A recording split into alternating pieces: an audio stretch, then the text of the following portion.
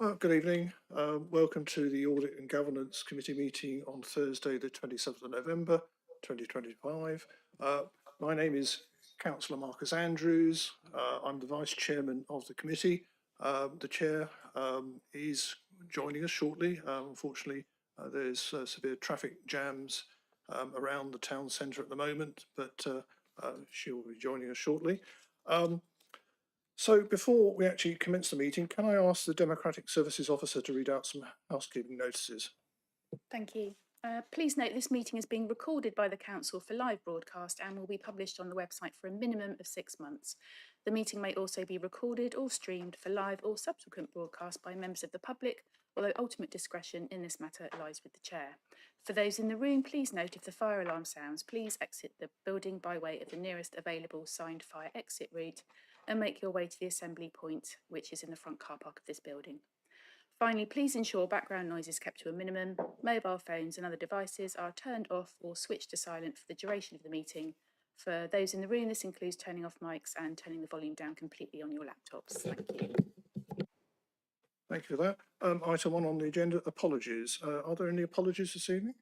Yes, we've received apologies from Councillor Stephen Bartlett and Councillor Margaret Phipps, and the Chair, Councillor Connolly and Councillor Vicky Slade are joining us as soon as they can. Item 2, substitute members. Are there any substitute members? There are no substitute members this evening. Thank you for that. Item 3, declarations of interest. Do any councillors have any disclosable pecuniary interests or any other interests on any items on the agenda? No, I'm getting no indications from anybody, so that there are none. Moving on to item 4, confirmation of minutes. We need to confirm and accept the minutes of the meeting held on the 16th of October 2025. Can I have somebody to propose and another councillor to second, please? Councillor Waite. Apologies, Chair or Vice Chair. Can I ask a question? So, there are we proposing and accepting the action tracker or just the minutes? We're accepting the accuracy. We're not, going into the details of the wording. If you're concerned about the accuracy, have you got some concerns? The action sheet. The action sheet. Yeah. Are we accepting that as part of the minutes, or is that a separate? We've got the action sheet actually on the agenda, and we're going to deal with that later. My intention with that is to move that down the agenda because there's some points on there which Councillor Connolly has been personally involved in, and I think we'll deal with that later. So effectively, it's just the acceptance of the text. So you're prepared to second. Yeah, thank you. Okay, there's consensus on that. Thank you. Thank you. Right. As I said, 4A action sheet, we'll put that down the agenda until Councillor Connolly is here. So we move on to section 5, public issues. Are there any questions or statements received? Yes, thank you. We have one public question from Mr. Alex McKinstry on agenda item 7, the external auditor's annual report. Ms. McKinstry, over to you when you're ready. Thank you, Acting Chair. Okay, and the question is as follows. In its improvement recommendations on governance, the external auditor suggests amending the Constitution to add provisions for investigating all 3 statutory officers. Presumably, this would be a matter for the Constitution Review Working Group to look into. Can you confirm who is currently chair of that working group and who are the current members? Thank you for the question. Councillor Eleanor Connolly is the current chair of the Constitution Review Working Group, and the current other members are myself, Councillor Marcus Andrews, Councillor Sarah Armstrong, and Councillor John Beasley. There is one vacancy. Councillor Claire Waite has expressed an interest in filling this vacancy. The committee will be asked to confirm an appointment as part of the working group's next report, or at the next core meeting of the committee on the 15th of January, whichever is the earlier. For the avoidance of any doubt, references to JNC terms are also matters of contract between statutory officers and BCP Council. And agenda item 6, public statement, Ms McKinstry, is you again on that one. Okay, this relates to item 6, which is the internal audit presentation. I'd be interested to see the audit on seafront planning approvals mentioned in the item 6 report, pages 62 to 63. At this committee on the 30th of May 2024, solemn assurances were given by very senior officers to the effect that all commercial ventures would have planning consent, where required, before trading. And this would extend to all structures on council land, not just seafront amenities. An entire culture change was promised. The importance of planning consent would be inculcated through inductions, training programmes, and all staff briefings. Yet this did not prevent an unauthorised ice rink and other structures being built through a Grade 2 listed heritage asset in October, nor did it prevent the rink commencing trading on the 13th of November, by which time it had actually been recommended for planning refusal. I'm absolutely furious that the cast iron assurances given to this committee have been reneged upon so blatantly. Okay, thank you for that. There are two other public statements, both from Mr Philip Gattrell. He's not here this evening, but Democratic Services will read out his two separate statements. Thank you. Thank you, Chair. These are in relation to agenda item 7. Financial sustainability, liquidity comparisons, cash and cash equivalents balances, asterisk. BCP, 31/3/25, original draft, £4,221,000 negative. 31/3/24, £20,979,000. 31/3/20, £2,038,000 negative. Dorset Council, 31/3/25, draft, £35,519,000. Southampton Council, 31/3/25, draft, £33,648,000, asterisk. BCP's group balances are excluded above for comparison purposes.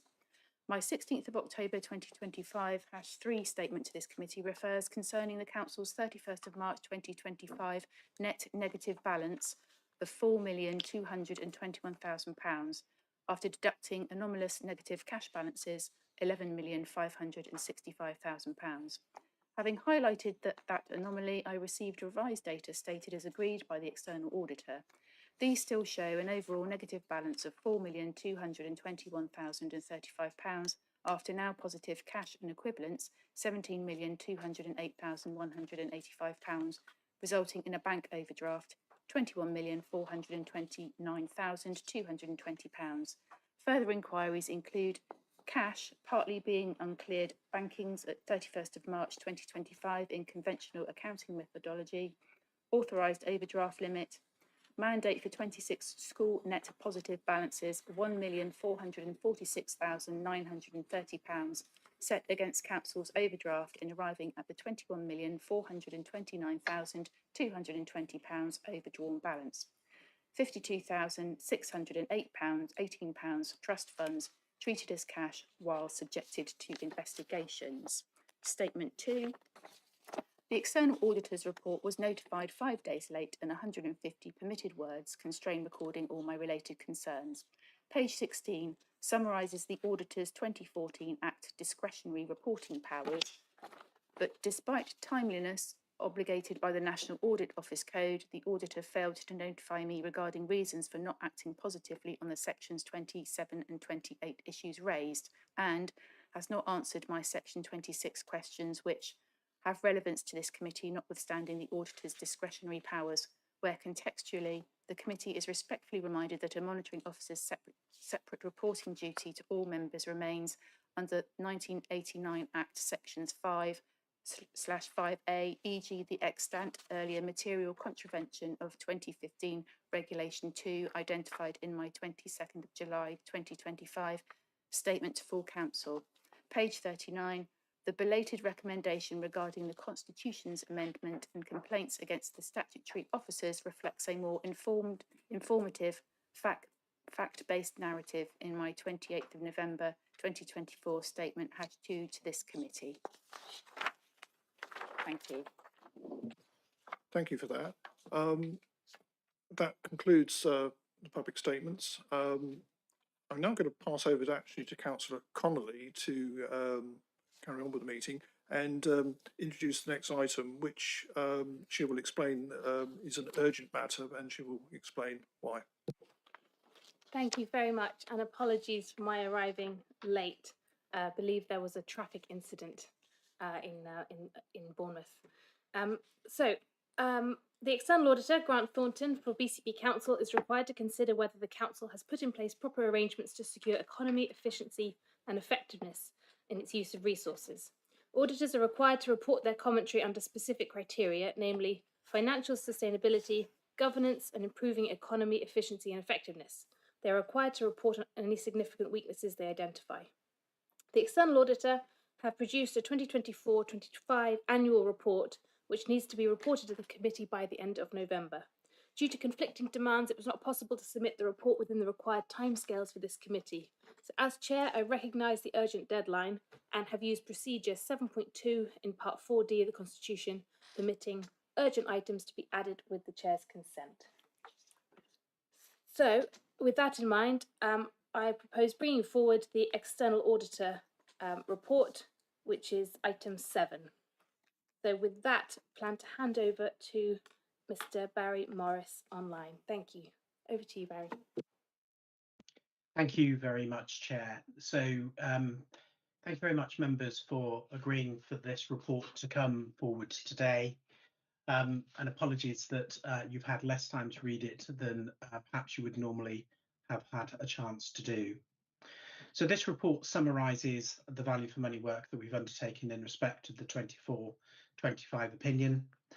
I will give a quick overview and then hand over to my colleague Katie that will take you through the detail, and then we'll both be happy to take any questions that you may have. I will start on your page 13 or our page 7 of the report, which just gives an overall executive summary of our assessment for your value for money arrangements. Now, in the first area around financial sustainability, in prior years, we've identified a number of significant weaknesses. When undertaking the work this year, I've come to the conclusion that actually good progress is being made in a number of those areas, but actually they all are underpinned by the same issue relating to the increasing dedicated schools grant deficit. As a result of that, we've reduced and combined the number of significant weaknesses to just raise one key recommendation. And Katie will go through that in a bit more detail in a moment. The second area in relation to governance, we've not identified any significant weaknesses in those areas, but there are 4 improvement recommendations that we've made, and again to support the council in improving its arrangements overall. And finally, I turn to the improving economy, efficiency and effectiveness area. Now, we've identified one significant weakness here, and that remains for the statutory direction in relation to the Special Educational Needs and Disability Service. And a key recommendation is made there. Now, actually, our work has found that progress is being made in relation to that, but there remains a number of items which are still outstanding and progress needs to be made. Hence, that statutory direction remains in force. Once that is listed, we will be able to review our recommendation and will be able to conclude it. Before I hand over to Katie, I would just like to emphasise the one key message that we've said at the bottom of that page, which is to recognise the significant improvement in the Ofsted rating going to good. So that means that our previous key recommendation has been fully addressed and we've closed it. Members, I'll now hand you over to Katie to take you through a bit more detail. Thank you, Barry. I'm just going to go through a high level of the report, and then we're happy to take any questions that you may have.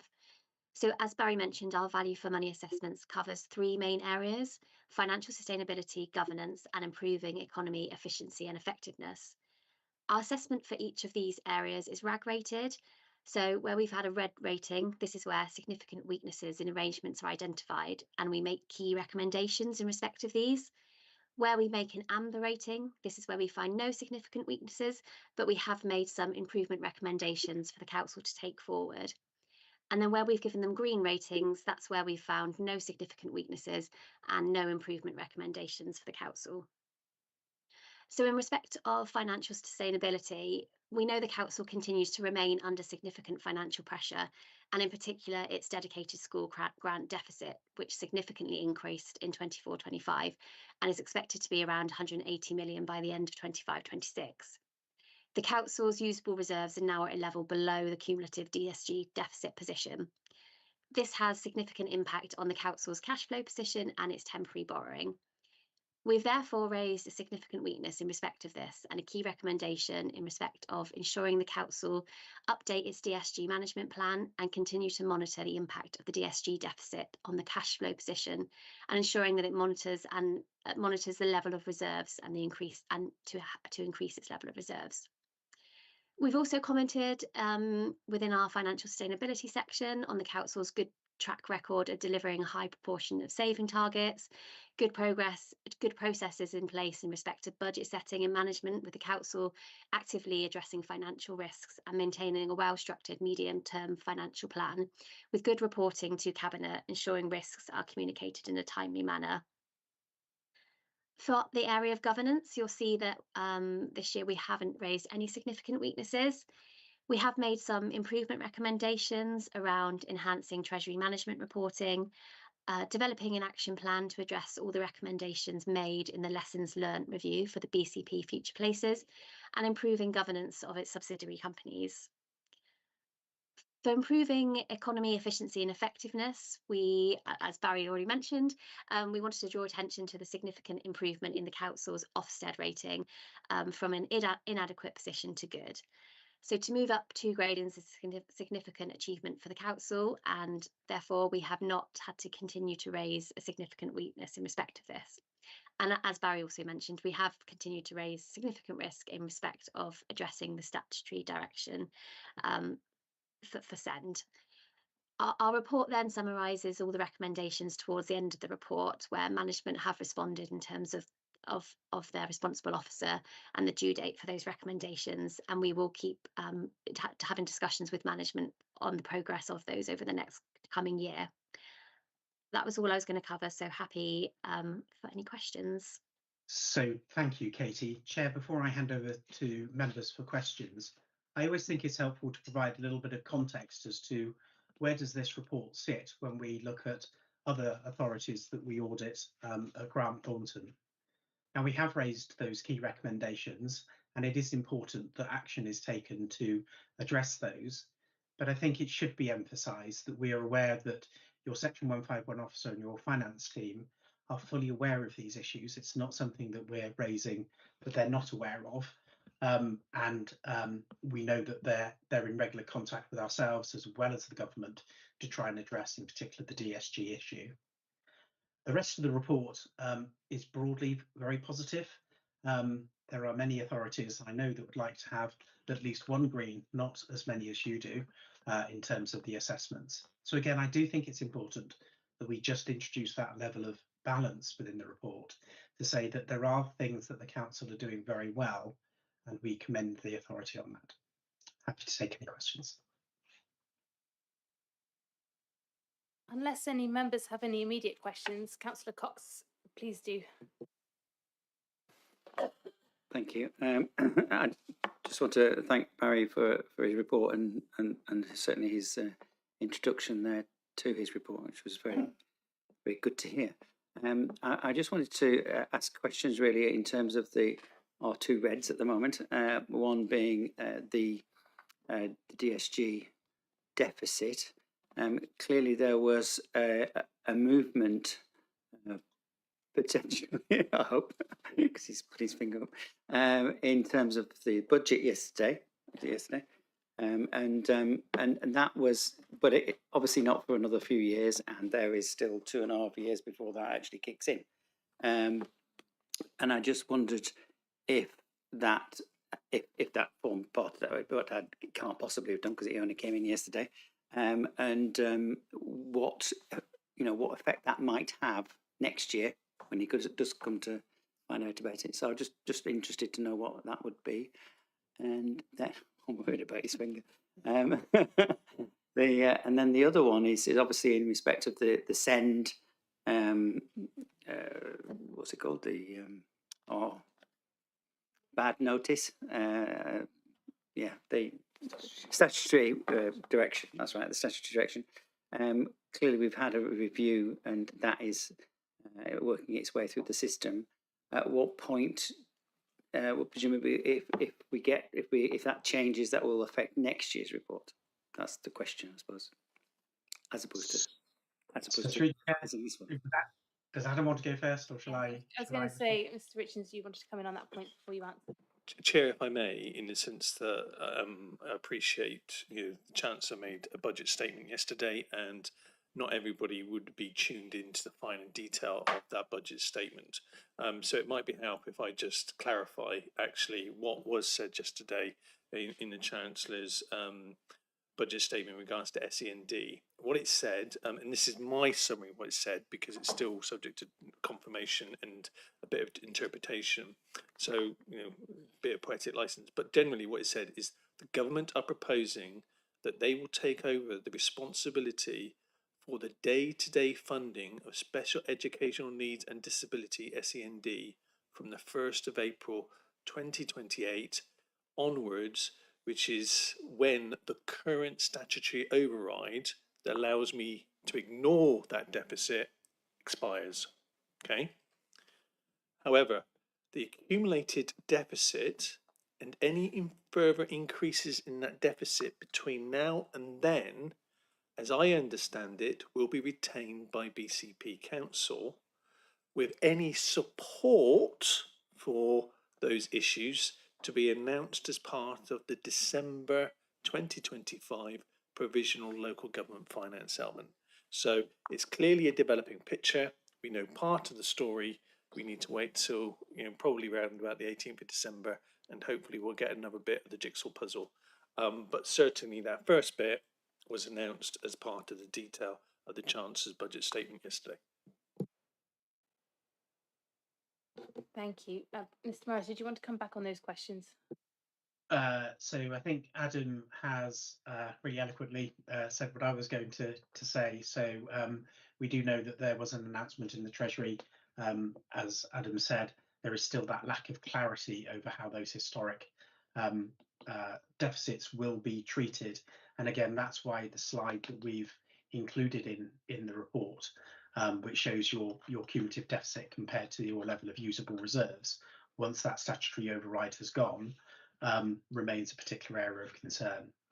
Turning to the other matter around the raising of the designation notice, as soon as that's happened, then we will be able to remove the key recommendation to reflect the fact that the sufficient progress has been made by the council, but that designation notice is no longer required, and therefore the key recommendation will close in much the same way that it did with the Ofsted inspection results. Thank you. I have the independent member Lindy online waiting to come in. Lindy. Good evening, everyone. I've got two questions. So on the value for money report in the previous year was tabled at the Audit and Governance Committee in July 2024. So my question is, this report is a few months later than July. It had to be tabled in November, and it's the 27th of November.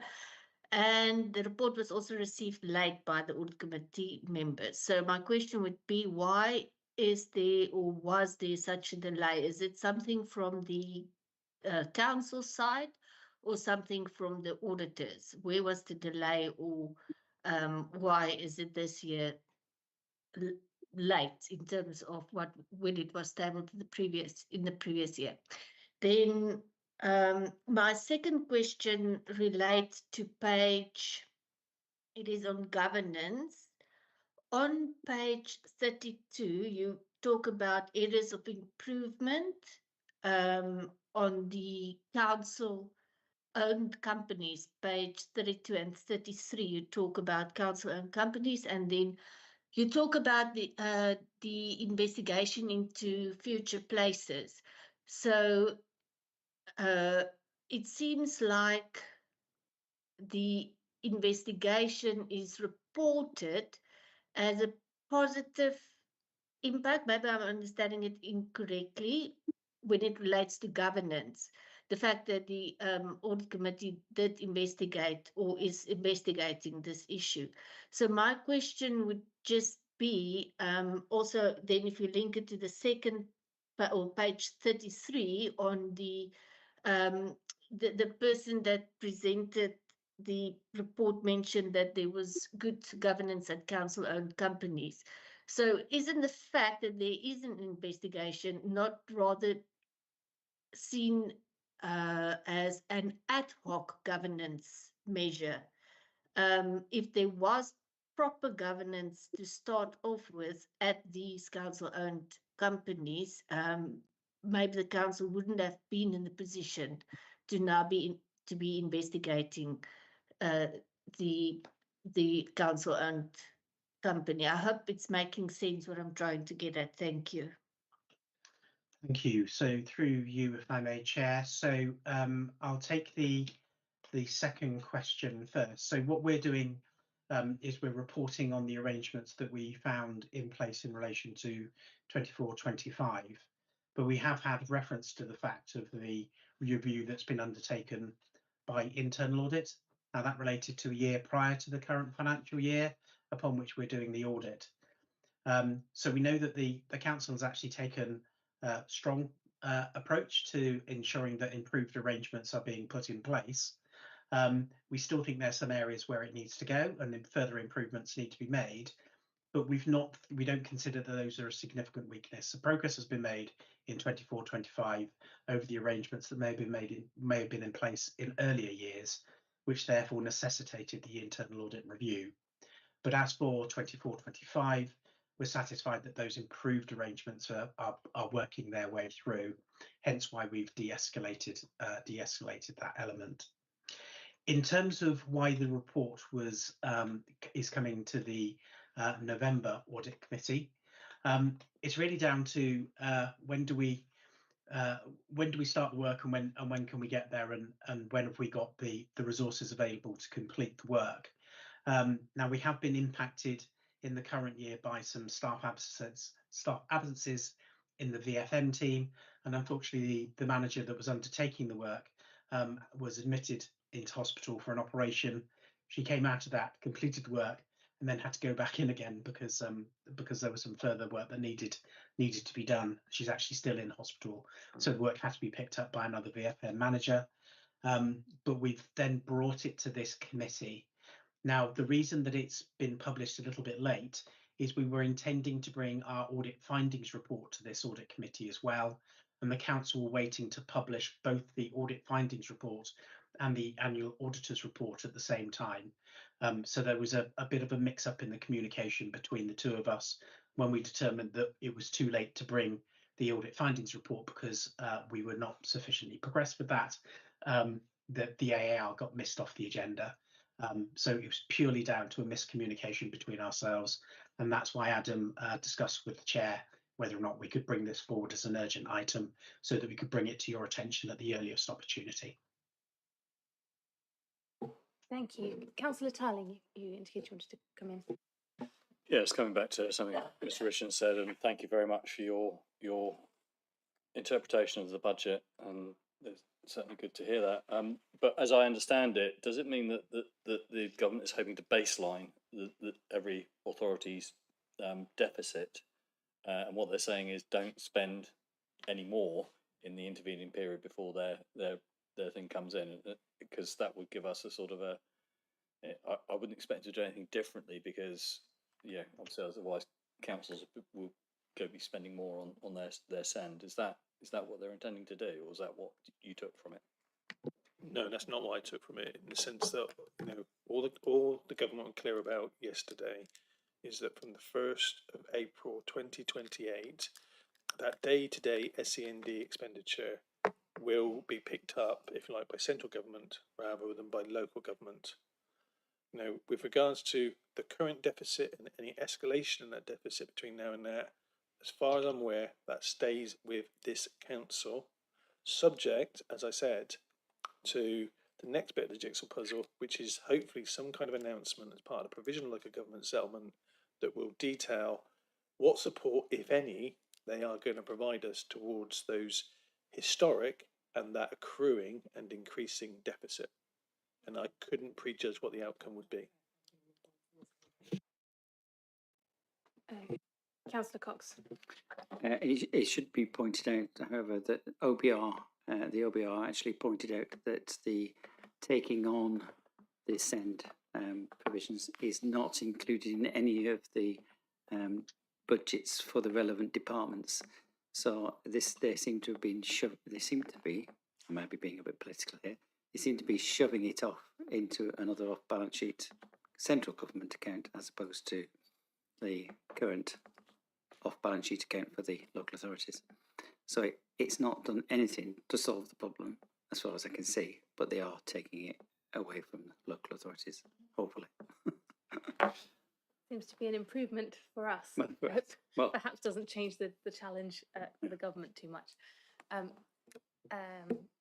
Yes, Councillor Beasley, do you want to come in on this? Thank you, Chair. Well, I've got two questions, probably for Mr. Morris, both regarding financial sustainability and both on this particular topic.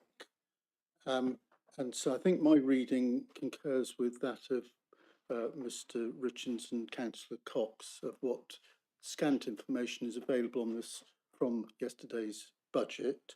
And whilst in the longer term it may be something that we gain some comfort from, there is effectively the thick end of 3 financial years to get through before we get to the 1st of April 2028. And the current deficit across the country amounts to some £14 billion. So no doubt that will be substantially greater by the time we get there.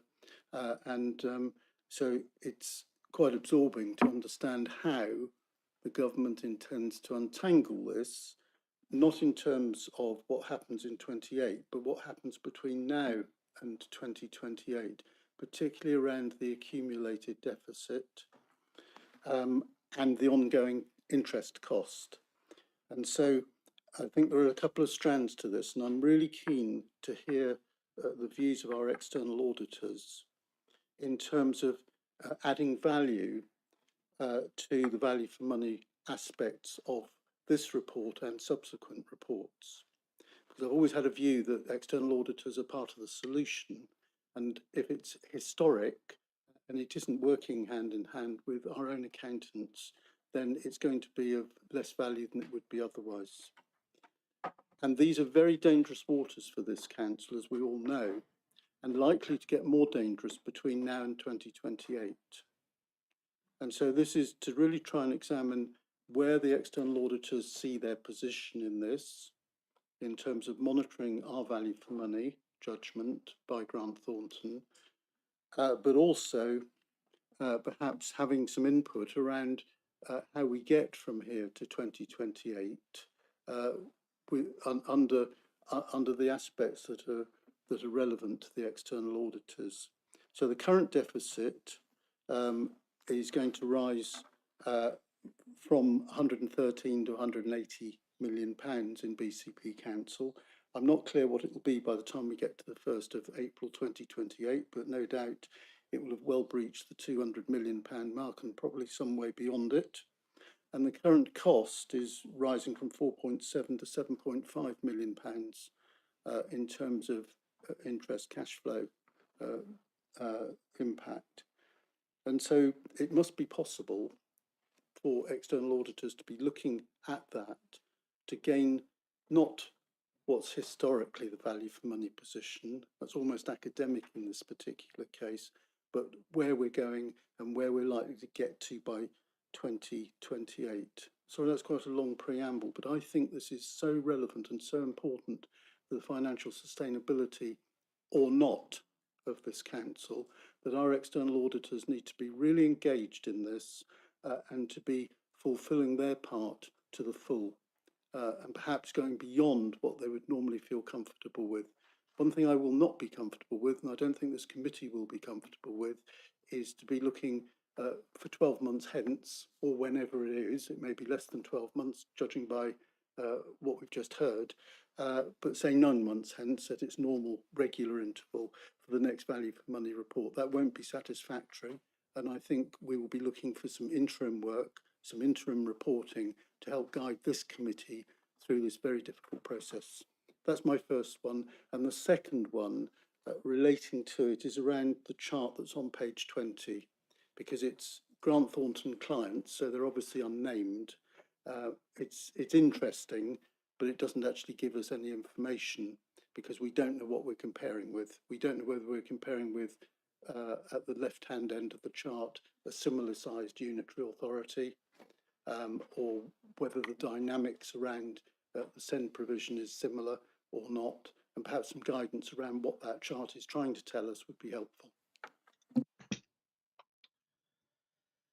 Thank you. Through the chair, if I may respond then. So I accept your comments around the external auditors supporting the council on its journey and making sure that appropriate arrangements are being put in place.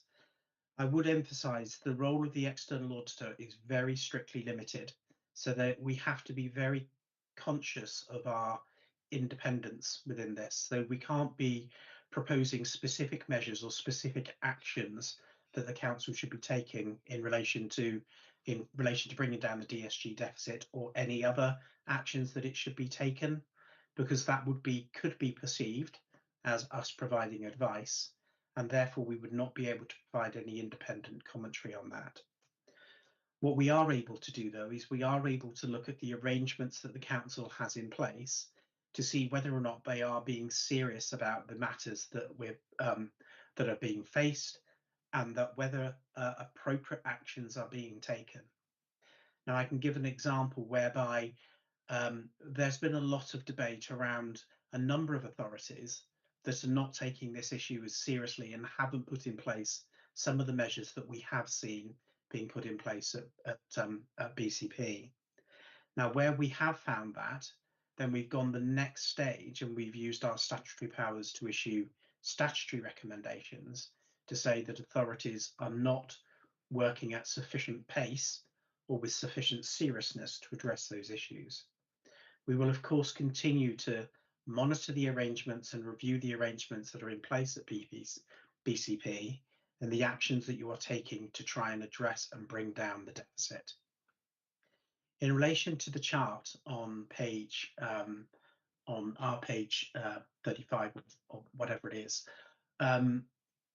you're right. We only had a limited. We pulled this information together. We thought it would be helpful and insightful, so you can see the range of DSG deficits that many authorities are facing. We can only do it for our authorities because we don't have the level of detail for those authorities which we don't audit. And again, there's a whole range of charts that sit behind this.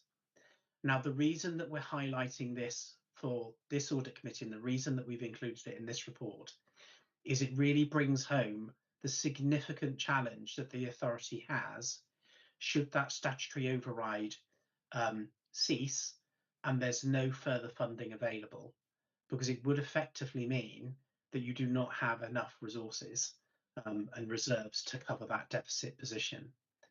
Now, I know this isn't news to you. I know this is something that Adam raises many times in his briefings around the financial performance and the budget issues, but we wanted to highlight that in the spectrum of those authorities that we audit, and again, they're all authorities that have that the dedicated schools function, you are at basically the wrong end of the scale.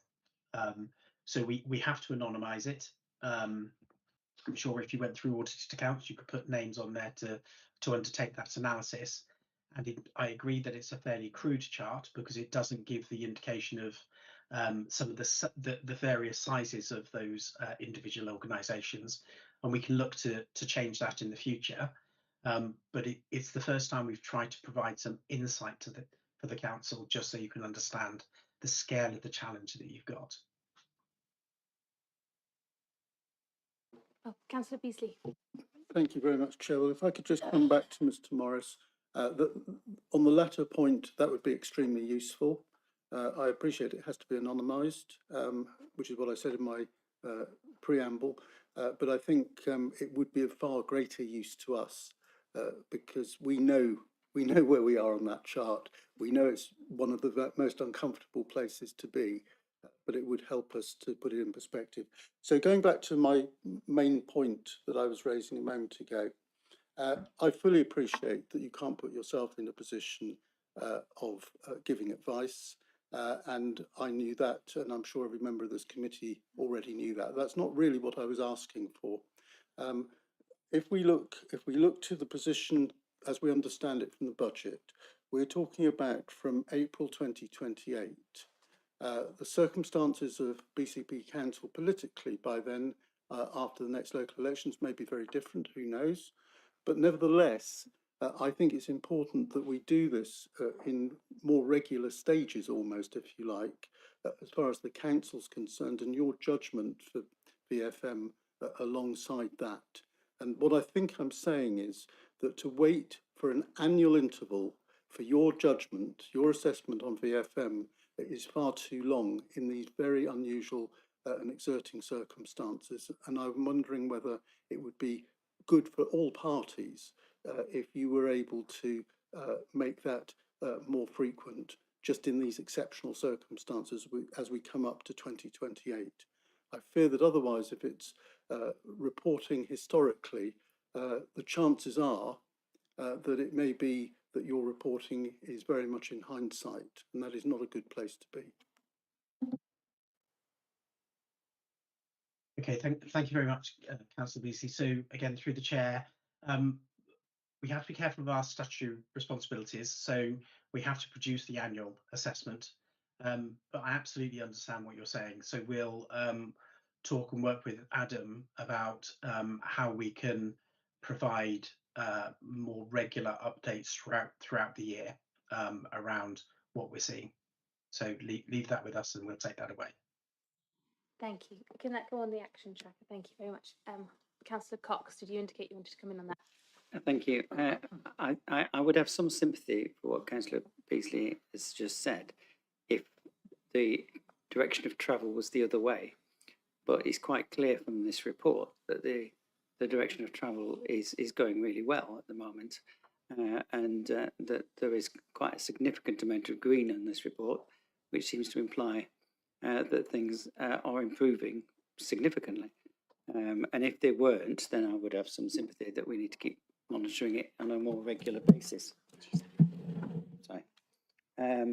But on that basis, I don't think we need anything more than a year at the moment, and I certainly don't think we want to pay, no offence, Barry, Grant Thornton any more money to do an interim if things are going as well as he says they're going.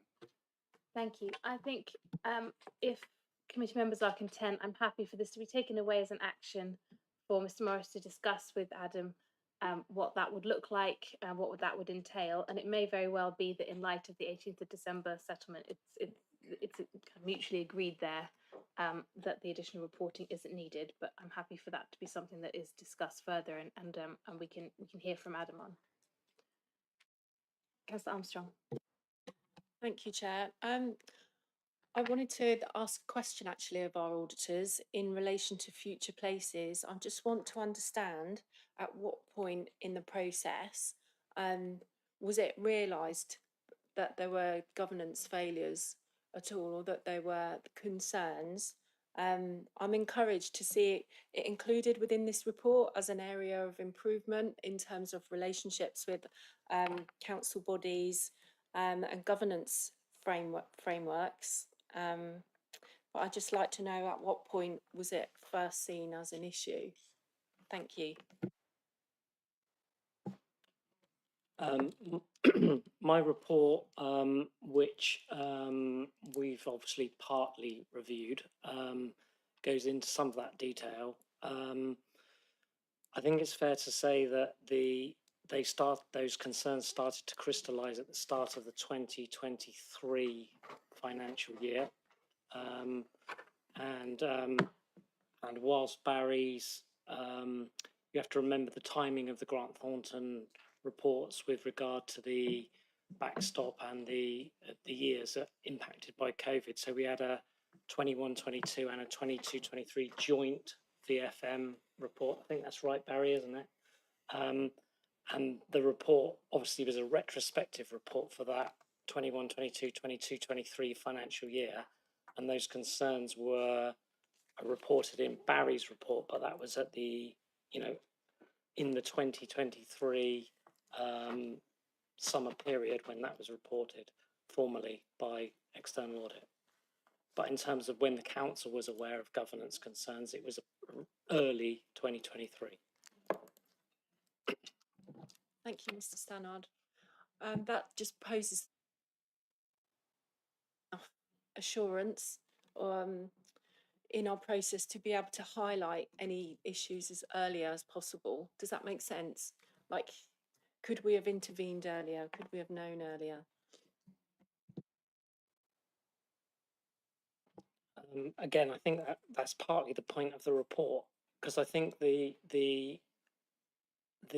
theoretical setup of Future Places was sound.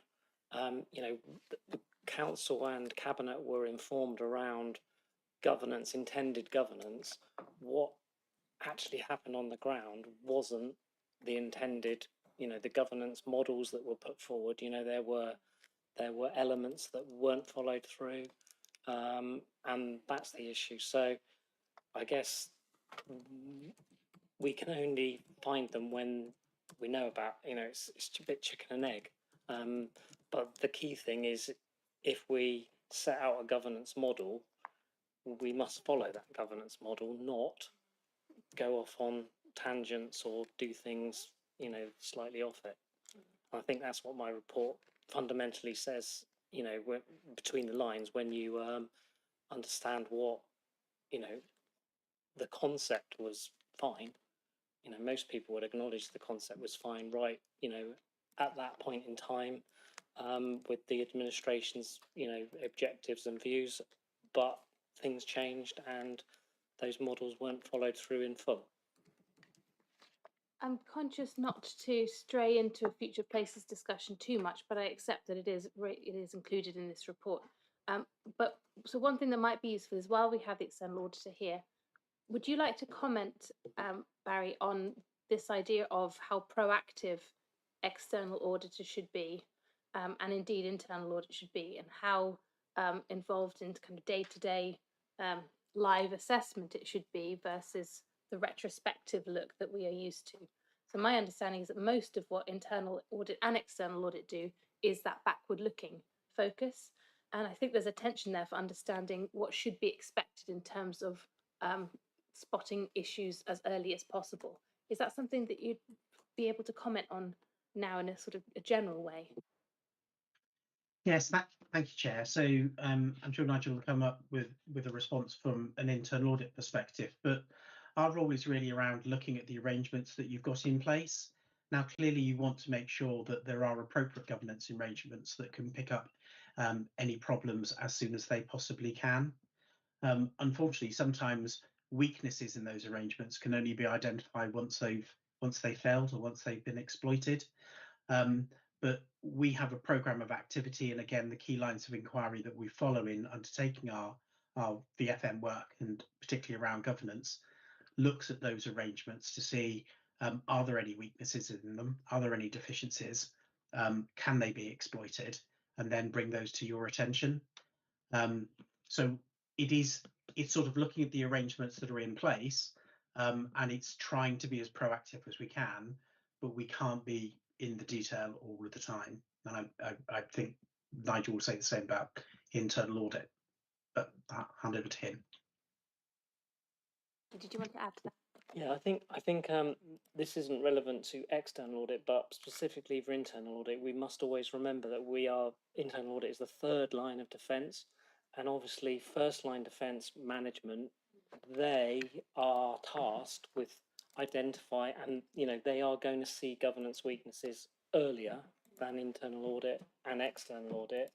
And obviously the second line defence are internal boards and committees and etc. And so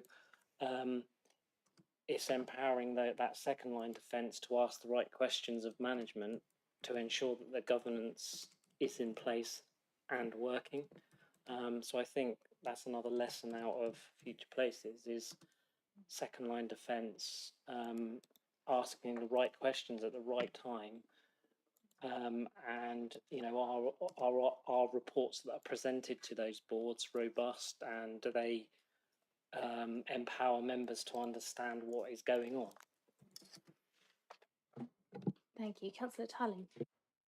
Yeah, I was just going to pick up. I found it very insightful, actually, the part on governance on the page 26 with the IR3, and then it's developed into improvement recommendation 4 on governance, and they're obviously somewhat linked. And I think that certainly improvement recommendation 3, we should be, I think, a point for our next action plan to make sure that we see through to the end the work that's been done on that. And I thank Barry and Katie and the team for highlighting this work. And earlier on in the report, it mentions that it's unusual for an audit and governance committee to commission this sort of report. I think I was very sceptical. I think when we went about commissioning it, but through the process, I think we've uncovered a lot of stuff. Nothing that was a big surprise to me, I think, in the process. But the definitely, I think what's shown in this Grant Thornton report here in the two recommendations, recommendation 3 and 4, are very good points, and I think we need to make sure that these are picked up by Cabinet or our Constitutional Working Party, and in looking at it. I know we are looking at that, so thank you. No, thank you. Yes, I found it helpful that the note sets out on page 28. The council should consider ensuring that the committee prioritise core assurance business as per the terms of reference and evaluate if their role should include scoping commission lessons learnt. But alongside that, it clearly indicates the usefulness of some of the work that's done. And I think that we've been treading that balance. I was interviewed by the Value for Money team and challenged as to why we were doing the investigation at all. And I completely took on board their comment, and I set out where in the terms of reference to the committee I felt that it fell.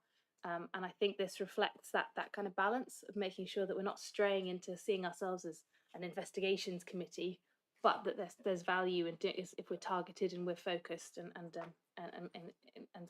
constructive. Unless any other members have any questions, going back to financial sustainability, my very basic questions on the DSG deficit is firstly, are you content that the council is doing everything it can do on this issue? And I get very much the impression it is, but I just want to check that there isn't anything obvious that other councils are doing that we're not. For us as a committee, we talked about this at the last core meeting under the corporate risk register discussion. We offered to write a letter alongside all of the letters going, the correspondence with the government, but we're waiting to see if that would be useful. We've also started discussions with the chair of the Children's Services Committee to talk about doing a joint session where we look at the plans for bringing down the costs associated with the high needs block, and that's something that we might try to put on the forward agenda. So a question for you is there anything else that we could be doing that you've identified? The second question is, how can we gain assurance that the focus on the DSG deficit and the concerns around that doesn't sort of mask a smaller or underlying problem that maybe would be drawn out in greater relief without that risk? I hope those are clear. Thank you. Thank you. So unfortunately, I can't give you assurance. Have we identified any other authorities that may be doing things differently to you that you could adopt? I did ask my BFM team if we could come up with some specific examples. And again, the actions that we're seeing being taken elsewhere are things that your council is already doing. So there is nothing obvious that we've been able to identify that other authorities are doing well that you're not doing and you're not implementing. So you can take assurance that you're not missing anything significant there. I suppose the challenge is it's a significant challenge that remains, and it is just doubling down and being super critical and looking at what other measures can be taken in relation to how you're managing the increasing demand in relation to those high needs plans. It's looking to see whether there are new arrangements that can be implemented or enhanced arrangements that can be implemented around really scrutinising to make sure that the healthcare plans are in line with what's needed and doing appropriate due diligence on all of those. Having said that, I recognise that there is a cost of doing that, both of time and resources, in making sure that that's there. So I think, Chair, there's nothing easy that I can say that the council isn't doing, but it really is just doubling down on the challenge to make sure that you've got a full understanding and are fully challenging all the applications that are coming through.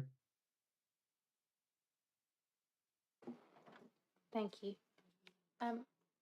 Lindy, did you want to come in there? Oh, sorry, I said Councillor Tarling wanted to come in first. Apologies, Lindy. Councillor Tarling. Yeah, thank you. We undertook some treasury management training the other week. I was actually quite disappointed that there was not better attendance from this committee, and perhaps it should have been opened up to the wider members, the full membership. I don't know if it was actually opened up to all members. Usually we tend to open most of these sessions up to all members. For me, I mean, that Treasury Management Report and training session I found incredibly informative, and I appreciate it may not have been part of the, because it was only done recently, part of the auditor's report. I've actually looked over it again. I've gone through the presentation again, just to sort of, because some treasury stuff doesn't stick in my brain very quickly, and I have to go over it again. But I would welcome this on. I think Councillor Beasley made mention of not having stuff annually. This is something, if it's being done on a regular basis, treasury management reporting, that perhaps we look at that as maybe a quarterly thing, to go over and look at the position. I know we have it at most of our meetings, but the report was very detailed and very useful, and I think it'd be certainly worth going over again. I think it was, yeah, I agree. It was extremely useful and much appreciated. And I think we should send the recording of it to all councillors, unless anybody disagrees with that. I think it was recorded, wasn't it? And It was, yeah. we can send it to all councillors with a note to say that the committee thought you might find it useful to enhance their understanding of the MTFP and the Treasury Monitoring Report. I think Mr. Richard's going to come in about the fact we do have it, but I have a related question which I might mention, which is one of the governance recommendations relates to the reporting, and maybe we should see a time series related to some of the reports. And I thought that was interesting. That was something we'd already identified as we'd like to see it kind of presented and broken down in different ways. So I think that's something that you're already looking at for the next reports, isn't that right? Yeah. So just to emphasise, Chair, if I may, in the sense that you do get regular Treasury Management reports to this committee. We report on a quarterly basis, subject to the timing of the actual committees themselves. So you get those Treasury Management reports that monitor progress and reflect, I think as Matt said, on the economy and all those other issues that are reflected as part of that Treasury Management brief. I think the commitment was twofold. One was this committee has previously made recommendations last time you saw that report as to certain elements that you think that report could be enhanced by. And that's an outstanding action on that to ensure that the next report you get, which should be in January, actually includes those elements. But on top of that, what you've got here is some recommendations from an external auditor that can be overlaid with that to make sure that when we bring that report, it's conscious of both those independent requests, so hopefully provides an answers to both in January when you get that report.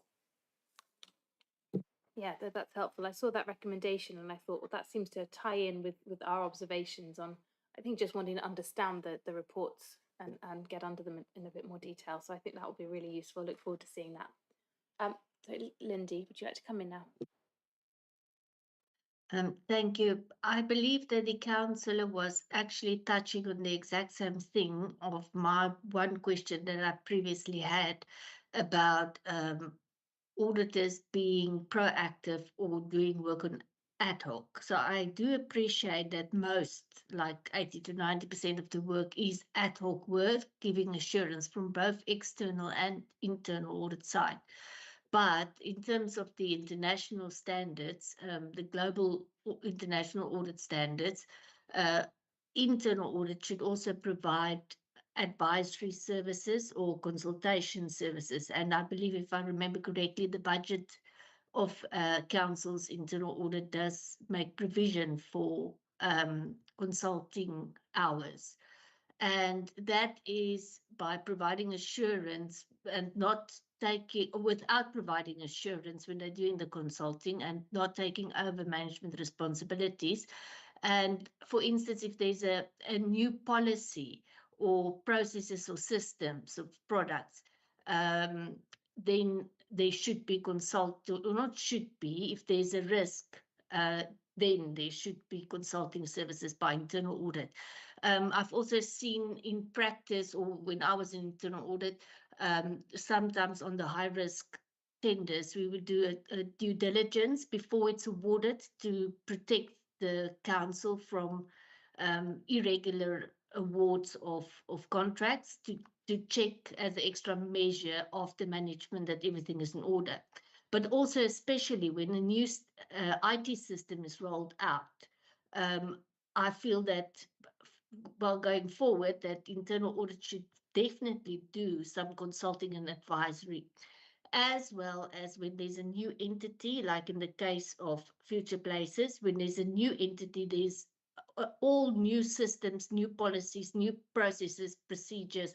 And in my view, the risk would always be sky high. And it's something that I think, yes, I hear that internal audit is third level of defense, but sometimes internal audit needs to step up and advise management because they've got the expertise on things like the policies, etc., and where the risks are actually embedded in implementing a new entity or new system or new policy.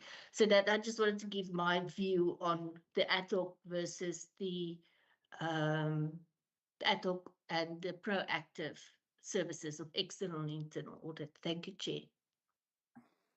Thank you. I think that's a really interesting point. I can see the value of why that expertise should be brought in at a sort of design phase, an early stage. But presumably the reason that doesn't happen is because then that makes internal audit conflicted, or having been involved in the design process of a new setup, then that might limit its capacity. Is that kind of what you were thinking there? No, it's exactly the opposite. It is, in terms of the standards, it is not providing assurance in those instances, and it's not interfering with management decisions. It's purely advising, an advisory role or consulting role. There is a fine line, but I've done it in practice previously as internal audit to advise on that basis without making a decision on behalf of management. It's just being cautious and looking at the high risk areas and giving that extra value for money from internal audit. Thank you. Nigel, would you like to come in on that, on the reflections on that? Hopefully I can give the committee some assurance that we definitely do that. I'll give a couple of examples. So for example, we may be part of the working group to implement the financial system. So in that we are not there to provide assurance, as Lindy says. We are there to say, have you thought about this? What controls are you going to put in place to stop this happening? You know, bank mandate fraud, whatever it might be. So we're trying to bring our preemptive knowledge, professional expertise to the party, and to ensure that when we're implementing new systems, particularly new systems, we are putting our point of view across and saying, have you thought about this? And yeah, so we typically, you know, there is a degree of resource availability, and you know, it's restricted to the material key financial systems, you know, whether it's debt system, payroll system, financial system, those sort of things. But typically those are the things that we get involved in at an early consultative stage. Did you want to come in again on that, Lindy? You're happy with that? No, I think that's useful, and that's something we can maybe think about making recommendations around enhancing that that possibility, but given the resource constraints. Okay, do we have any other questions? Councillor Armstrong. Thank you, Chair. I was just going to go on a slightly different tangent with regards to the monitoring and ensuring of appropriate standards of behaviour and board members and staff. So I was just looking, I was encouraged to see that rates of mandatory training for staff members, that's improved. But given that the completion rates for mandatory counsellor training still remain low, and this is something that's coming up, it's been identified as an issue in this annual governance statement. I'm just wondering, as a committee, what assurances that we need, or what do we need to know, that what plans are in place to improve that and support, if it is a question of support for councillors, you know, that support being put in place, or is it something else? Thank you.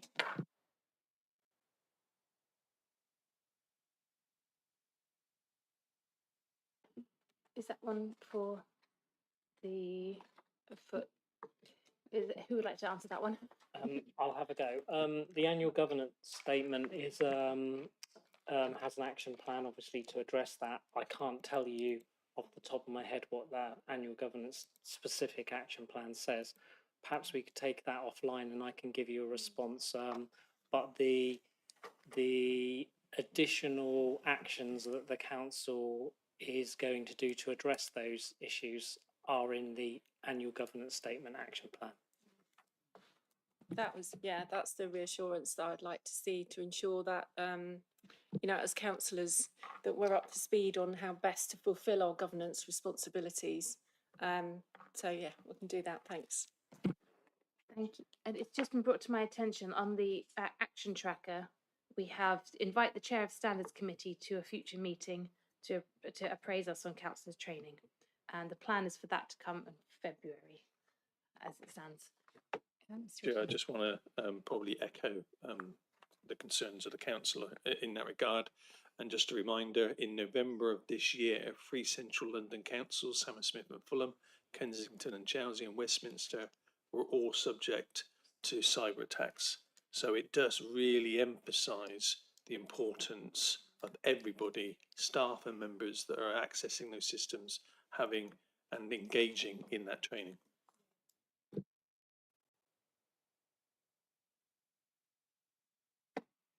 Thank you very much. Did we have any further questions? No. With that, the Audit and Governance Committee is recommended to note the findings, recommendations and management comments in relation to the External Auditor's Annual Report, Value for Money Arrangements Report 2024-2025.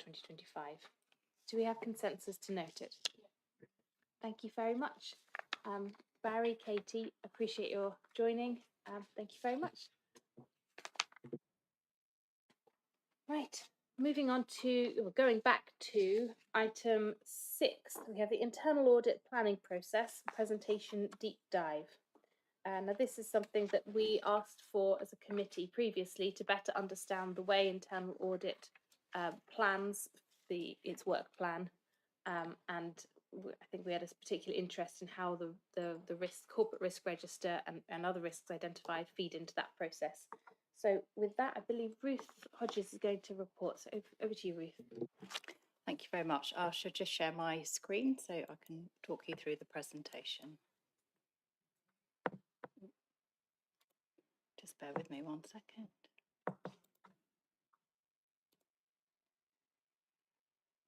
Okay, thank you very much. So I'll just talk you through. As the Chair mentioned there, in the May Audit and Governance Committee, you asked for an overview of how we get comfortable with the content of the internal audit plan. So the presentation is designed to give you a brief overview of the process on, and including in that how we assure ourselves, and importantly how you can assure yourselves as Audit and Governance Committee that we're looking at the right things on the internal audit plan, which gives you the assurance that you need and required. I've included as part of the presentation pack some appendices which are largely taken from last year's, just as an example to sort of remind yourselves of what information you get brought. You don't have to look at those appendices, but it might just help as an aide memoir as you go through to look at those. And hopefully the timing of this presentation is helpful, as in January and March we'll be bringing the internal audit planning presentations to you, so hopefully that can aid your review of those processes when we come to it. So the first point, the first slide is why have an internal audit plan? The sort of obvious answer is so that we know what to do and when, and how to make sure we're looking at the right areas. And that's important to help us make sure that we're meeting the purpose of the internal audit section as embodied in our charter and mandate, which is to provide Audit and Governance Committee and management with independent, risk-based and objective assurance on the process. So by getting the plan right, then hopefully we're giving you that assurance that you require to fulfil your mandate as well. So aside from that and going hand in hand with it, it supports our production of the Chief Auditor's annual statement, which is a professional requirement we have to do. It facilitates Audit and Governance Committee in fulfilling your terms of reference. It provides other key stakeholders such as managers, other members, the public, with assurance of how the organisation is working. We makes sure we comply with our professional standards, the GIAS, which Lindy mentioned just now, and other guidance such as provided by SIPFA and public sector requirements, and it makes sure that we comply with internal and legislative requirements. So it kind of forms a very important underpinning of the work that we do in internal audit.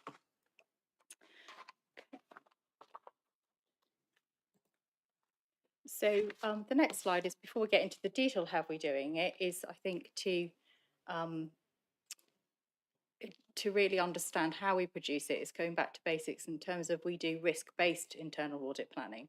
So risk-based internal audit planning, in the purple definition there, that's just one definition, but quite a helpful one, is focusing our limited resources to give you assurance based on the most pressing issues in the organisation.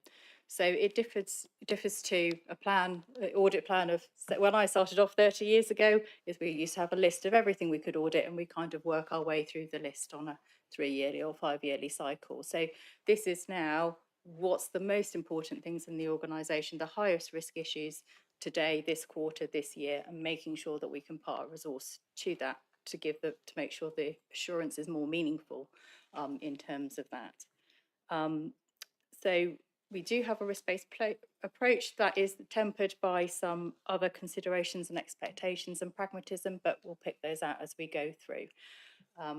So if we just provided a little diagram there, which is quite helpful, that's from developing a risk-based internal audit plan guidance. So it's quite a useful overview of what we do. As with all simplistic diagrams, it does perhaps oversimplify the process, and we do run some of these side by side, and I would add in additional arrows of feedback, so after we've got feedback, for example, we might go back and reassess our risks. So it's an endless cycle of going back and following that process, but it does give a quite helpful overview of that. At the bottom 4 boxes in the darker blue, I think just talk to what we do throughout the year in terms of trying to update our plan as and when we can in response to risks that are coming or other changes. So hopefully it shows it's kind of an iterative process. We try and have a dynamic plan that responds to the risks of the organisation.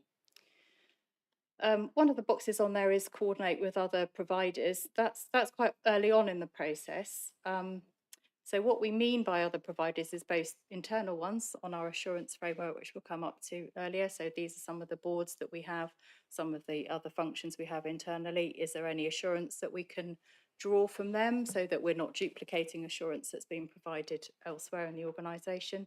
But also importantly, external providers of assurance. So external audit is a key one there, but CQC, Ofsted, the housing inspector, for example.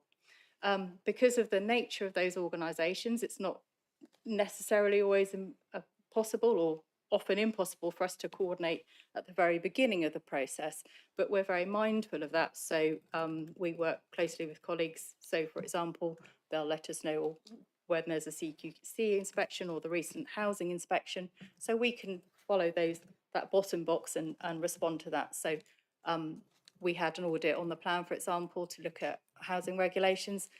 The inspector has recently been in, so we haven't duplicated that piece of work, so we're able to respond to what other providers are doing. So the slides will take us through an overview of the process. Inevitably, of course, there'll be a large degree of professional judgment within the process, but that is, I hope you see, based on data. It's based on consultation with other people, other managers, members in the organisation, and based on experience as well as the defined process that we go through to look at. And one of the things I just wanted to kind of raise in the presentation is obviously Audit and Governance Committee need to be content with and comfortable with what the audit plan looks like as well. So if there's any additional information that we can bring as part of those report packs to you in next quarter, then you would be happy to provide that as and when we can, so that you can assure yourself that the plan is looking at the right areas in the right way as well. So there we go. So I'll just move on to the next slide. So before I go into the detailed ins and outs, it's just a reminder of what the high-level audit plan looks like. So the main focus of the presentation will be looking at that top slice there, which is the core audit and assurance work. But we build the plan in including quite a number of other areas as well. So hopefully you might recognise this document as a summary of a document that you get each year. To remind yourselves, that's in Appendix 2. So we're starting at the bottom, looking at non-productive time. So that's things like annual leave. So obviously we have to account for that in the plan. Then we move up to things like audit development work, our team meetings, developing our performance management, things like that. Then we have other governance work. So that's things like preparing audit and governance committee reports, attending the committee, and liaising with external auditors, for example. Then we have what we call corporate assurance work. So that's things like carrying out early education funding audits and includes our corporate fraud work and response. Then we've got our other, what we would call audit work. So that's things like grant certification work. We get a number of grants through the year. So for example, Department for Transport grants where we have to review that to sign off, and those are often many millions of pounds worth of work that need to be signed off before we can get the money for those, or to confirm that we can keep the money for those ones. So it's quite important work there. And so then at the top there, we've got what we probably think of as our audit work over and above that, which is the core audit work and the work that we do. So I'll come on and discuss those in more detail in the next, clicked too early there, the slide, but in terms of how we pull this high level plan together, obviously we have limited resources. That was one of estimating resources was one of the stages on the process. So there's limited resource. So how do we make sure we're allocating that in the right way? The Deputy Chief Internal Auditor, so that's myself and Simon Milne, we will look through, look at that. We look at professional internal requirements, so that's training requirements, anything, the performance reviews, all of those requirements that we need. We look at and analyse previous performance figures, and we challenge those as part of that. And then any anticipated changes that we know are coming. So, for example, Chartered Trustees audits we've done for the last number of years, that'll be something that's changing in forthcoming years, so we account for those. This information is then challenged by the Chief Internal Auditor. Is it sufficient to deliver the work? Have we got sufficient resources overall to deliver the audit plan? Are we spending too much time or not enough time on things? So that's challenged in that process.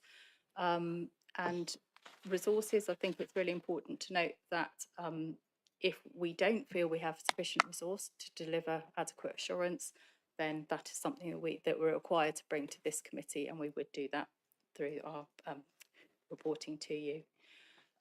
We've got a new requirement under the Global Internal Audit Standards to have formal consultation with senior management on our audit planning.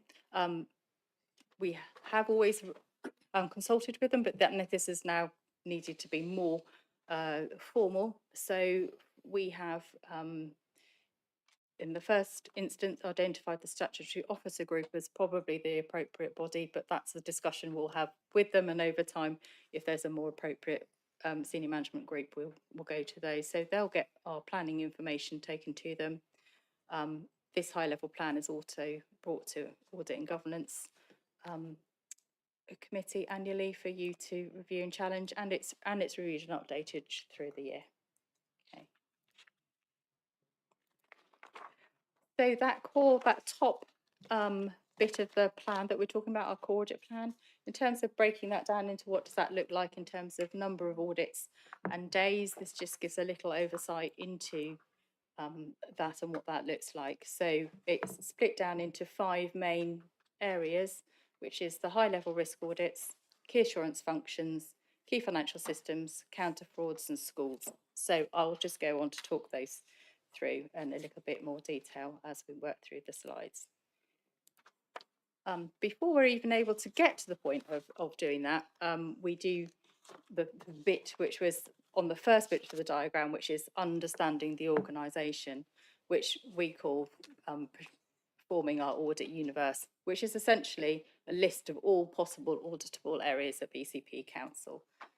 So at the moment, that's currently about 650 items on there. So how do we produce that? The first 3 points on there are how we do it. So information sources, there's hopefully you've all seen this document before, which is all sources of information we use, both to help us produce the audit plan, but also that when we're doing our detailed audit planning on an individual basis as well, we look at these audit sources of information.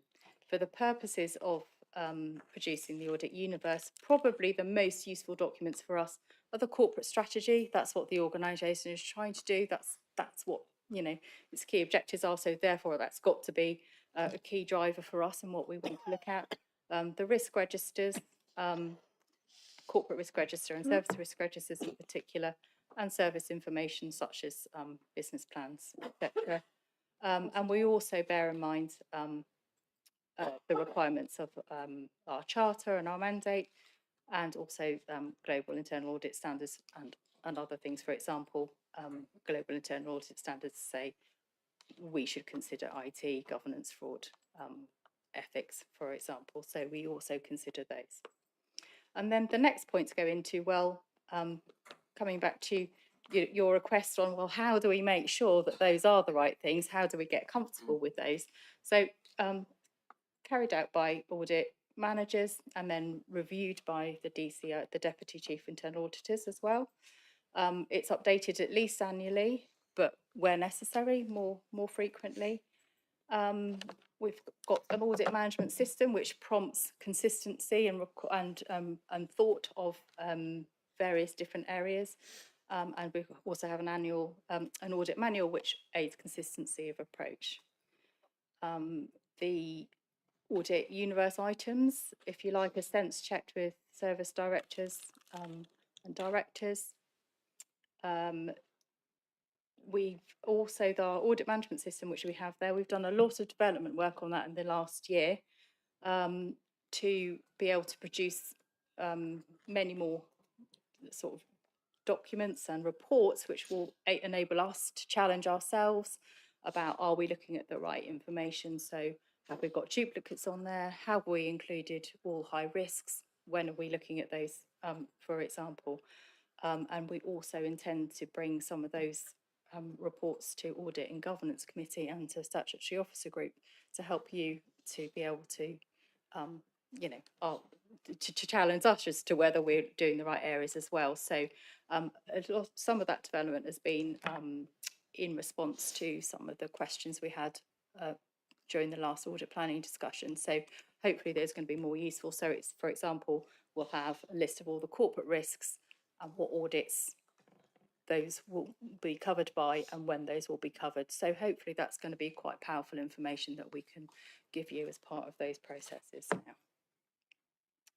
So after we've identified all the areas to include on our audit universe, our next step is to carry out audit risk assessments of that.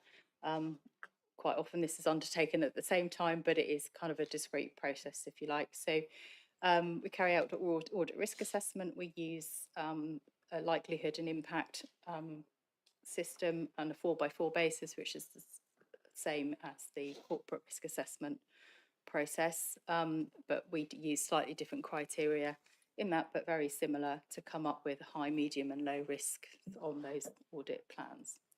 So once we've got that information, obviously we then compile our proposed audit plan for the year, and that's based on, obviously the audit risk score is a really key driver on that, and as you would expect, higher risks we would seek to audit, and then perhaps low risks we may not be looking to do that. But that is then considered in relation to some of the other data that we've listed. So data of last audit.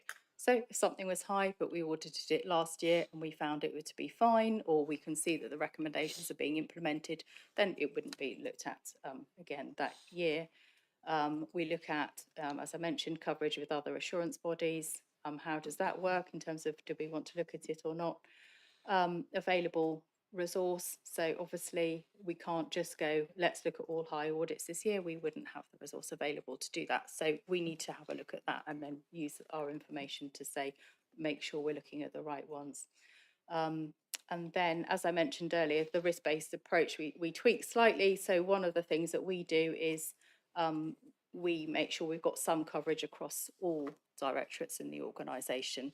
So even if our risk was coming up that all risks were in social care, for example, we would still make sure that we looked at some audits across the rest of the organisation.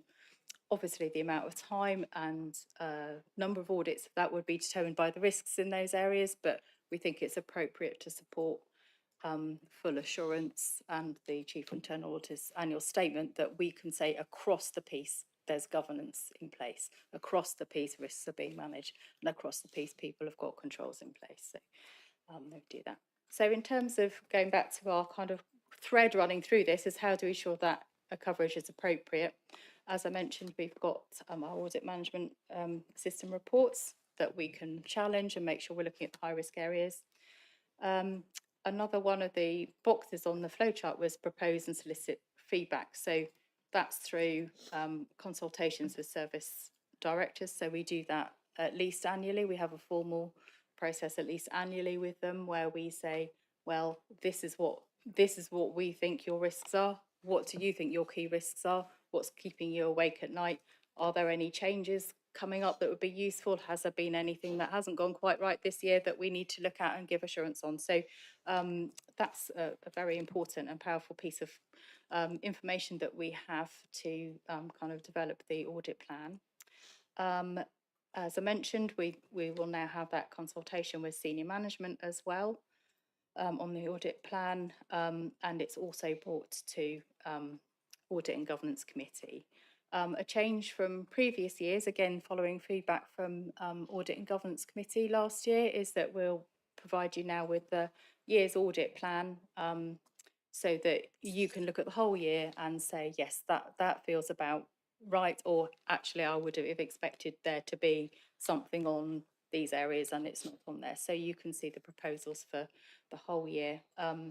As we've discussed previously, that might change through the year, but at least you would be informed if that was to change and to the reasons why. So hopefully you'll find that a helpful piece of information next year when you're agreeing the plan. Okay, so the key assurance functions. So these are kind of key governance areas, I suppose that you would call them, which we've identified on our assurance framework. Again, that assurance framework comes to you each year, and it's in Appendix 6 if you wanted just to familiarise yourself with it now. But these are key areas such as information governance, business continuity, health and safety, risk management. So really the key governance areas that are underpinning all services to make sure services are delivered with, as effectively as possible. So with the key assurance functions, we look at both what's happening in the core unit, so the health and safety team, for example, or the information governance team, but we also look what's happening in the services and the directorates, and are they complying, and has the advice gone out. So how do we pull those onto the audit plan? So again, it's part of the assurance framework is updated annually, and you get that as part of your pack of information each year, so you can see, are the areas that we're looking at the right ones? We tend to look at all of the areas annually for the core areas of those, because they're such fundamental issues. If something went wrong in, you can see business continuity, then that would affect multiple parts of the organisation. So we've, jumped ahead there. So that's why we tend to look at those annually, and then we look at services on a sample basis across the piece. Since I produced this slide, we've actually reflected on how we can best deliver key assurance functions. So we still intend to look at both the core and service, but we'll probably be bringing together where we can those to look at in one area. But we'll still be looking at both the organisation and the core second line area of that one. So in terms of how we ensure that coverage is correct and how we is it appropriate? So it's all the previous controls that I outlined to you, plus we bring the assurance framework to you as well, so you have opportunity to comment on those areas. Okay, so the next area is key financial systems. So we have 10 key financial systems. So this is things like council tax, creditors, debtors, for example. So they're all, how do we select those? They are the key systems which receive income, make expenditure, and manage our financial affairs. So those are also part of our audit universe and risk assessed annually. But again, it's one of those where we have determined our professional judgment is such that we, even though the risk of those can come out quite low because we're using established, robust systems to deliver them, so the likelihood of a risk is deemed quite low often in these areas. We deem in our professional judgment we need to look at those annually, because if something did happen, for example, to the council tax system, that would have a significant impact on the council. So we look at those annually, but with the scope and the resource that we put to those determined by our risk assessments on those individual ones. Then there are other financial systems underneath those, for example, bereavement income system. So we just include those in our audit universe, and we'll risk assess those as to look at them when the risk is appropriate. So in terms of making sure how we make sure that's okay and satisfy ourselves that that's okay, we have all the previous controls in place that we've discussed earlier to do that.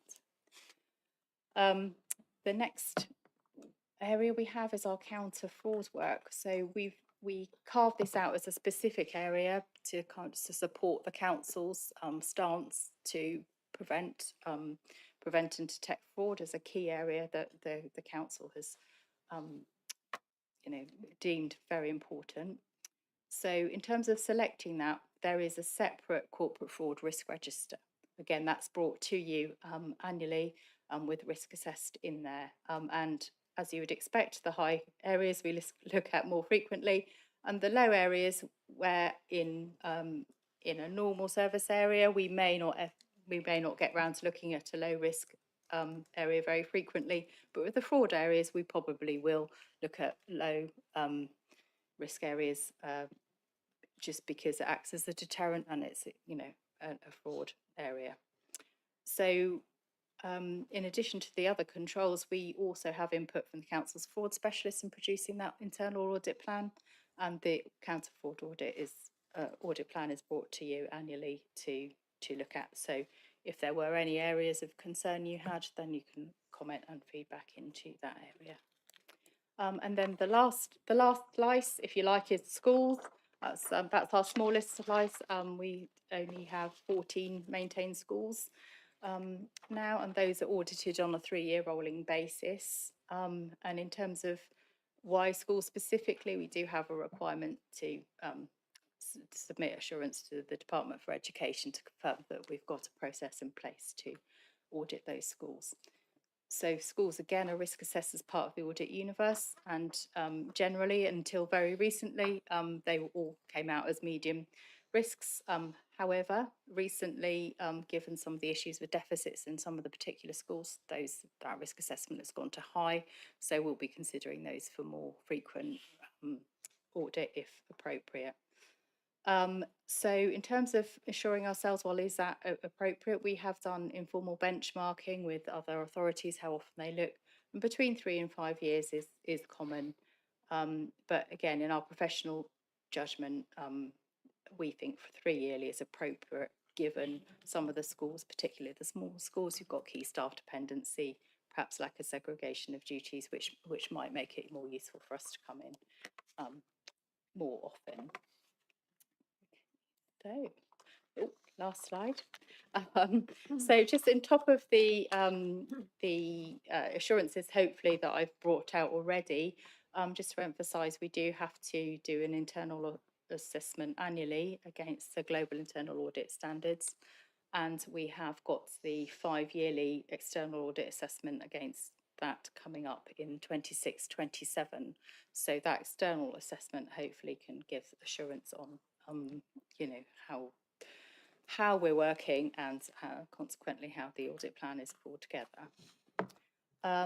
Again, so I just wanted to again bring out that you've got, as Audit and Governance Committee, there's a number of times you can comment and challenge us on these processes. So we bring the audit charter and mandate and strategy to you annually. So that is sort of setting our stall out on the sorts of things we're going to look at and how we're going to look at those. So you can input into those documents, comment on those. I've mentioned already we bring our audit planning documents to you in January and March. And so there's opportunity there to ask us questions or challenge or why things are in there or not in there. And hopefully you can see that we're intending to bring some additional reports to you, which hopefully will be able to inform your kind of observations or comments on our reports and able to challenge us more on those. But if there is any additional information that you think you need for us to explain what we want to do, then we can try and make those available if it's possible to pull off our audit management system. But as I say, we've really reflected on the comments earlier in the year, and so producing those reports for you for next time round. And just to reiterate whether we've got a more formal process in place this year for senior management. We've outside that process, and that is it. So if anyone's got any questions, I'd be very happy to take those. Thank you very much. That was really clear and really helpful. I really appreciate it. Thank you. I've got a fair few questions, actually, because the reason we wanted to do this. So this is great, but opening up to others first. Councillor Andrews. Yeah, I've got a question. I suppose that you could call this the fourth road bridge question. You know, when painting never ends. Where have you got to, or where have your entire team got to, as regards the internal auditing of every auditable unit of BCP Council? Are we halfway through, 2/3 way through? You know, obviously we've been around now for 6.5 odd years. Or is it a situation that, you know, you're prioritising the things that you should be auditing? Oh, I think I've already got it. Yes, so exactly the last point there is that what we'll be aiming to do is to make sure that we're looking at the key areas in any given quarter or year, and that might mean there are some things that we haven't yet got to, and there might be some things that we might not got to for a very long time, because the risk is never such that we put the resource to. So it's very much focused on those key areas, and for now, which is why we're developing the report, so we can say, well, these are the risks on the corporate risk register, and these are the high risks in the service unit risk registers, and these are the ones that we're looking at now, or looked at, or will be looking at. Yeah. Okay. Nigel.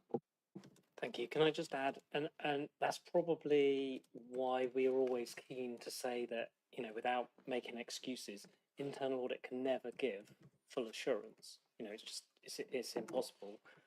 And to be clear, you know, our audit universe, like 650 odd audits, at least, probably, I'm guessing, 400 will never be looked at.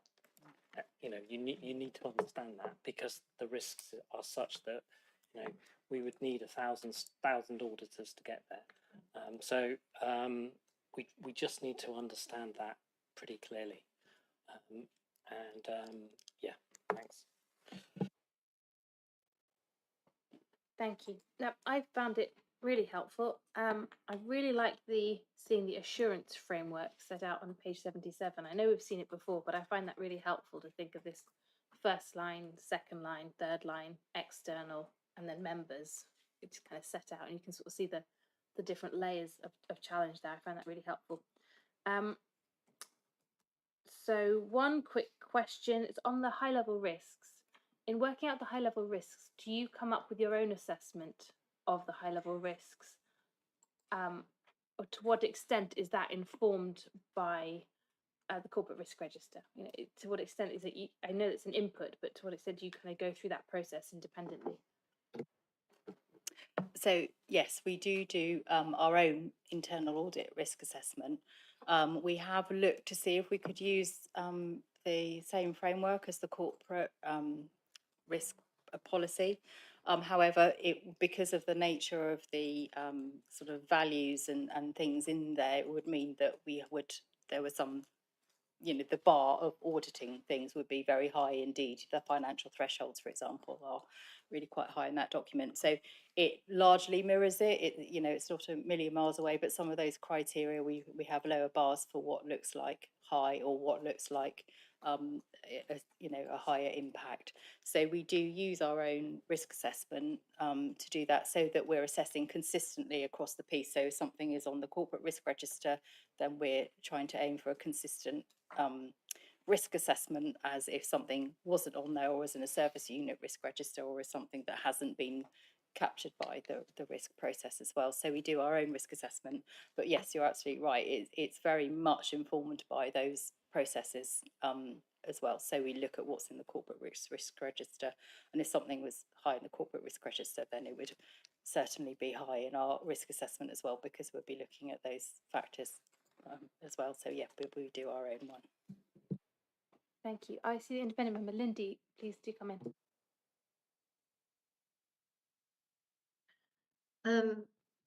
seeing that the audit universe is around 600 or 650 audits, I want to ask internal audit whether they have thought about combined assurance approach.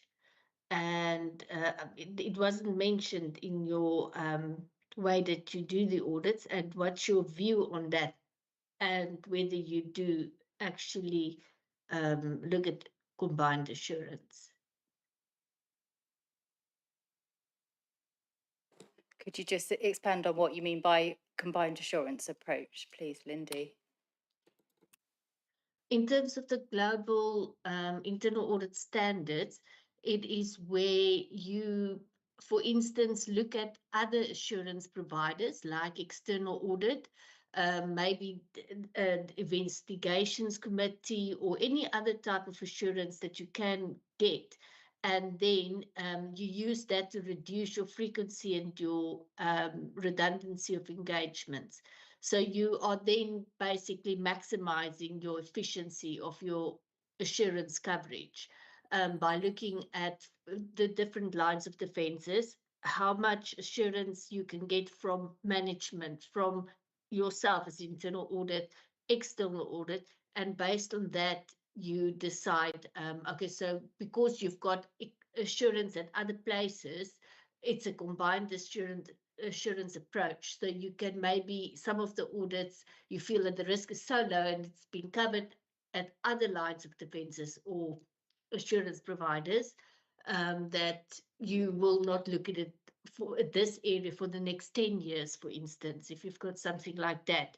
So we had a combined assurance map that we used with ratings, and it gets sent to different stakeholders to give their view and rate on what they feel the assurance is that's being provided on certain areas. And based on that, you get a average of what is overall assurance for a certain area. I hope that makes sense. Yeah, thanks, Chair. Yes, thank you, Lindy. That was really helpful. Thank you. So yes, we do very much look at what other assurances are providing. So, for example, if Ofsted have come in and looked at children's services, then obviously then we that is an area. Then we look at the scope and what they've covered and the nature of the assurance that they've provided, so that we use that as our assurance. And as you say, then that reduces the risk in, from our perspective, in that area, the organisation has been provided with risk out there. So we do very much do that. As I said earlier, for some of those assurance providers, it's hard for us to sort of work directly with them to do that, because Ofsted tell the organisation when they're coming in, or CQC will tell us when they're coming in. But we very much look at what those have been done, so that we can make sure that we are then concentrating our resource in an area which might not have had any assurance provided. So we do that. And I thought your comments were really interesting then on how you pull those together. But we do look at that, and that does very much inform what we look at. Thank you. So my next question, when committees, sorry, did you want to come in there? Sorry.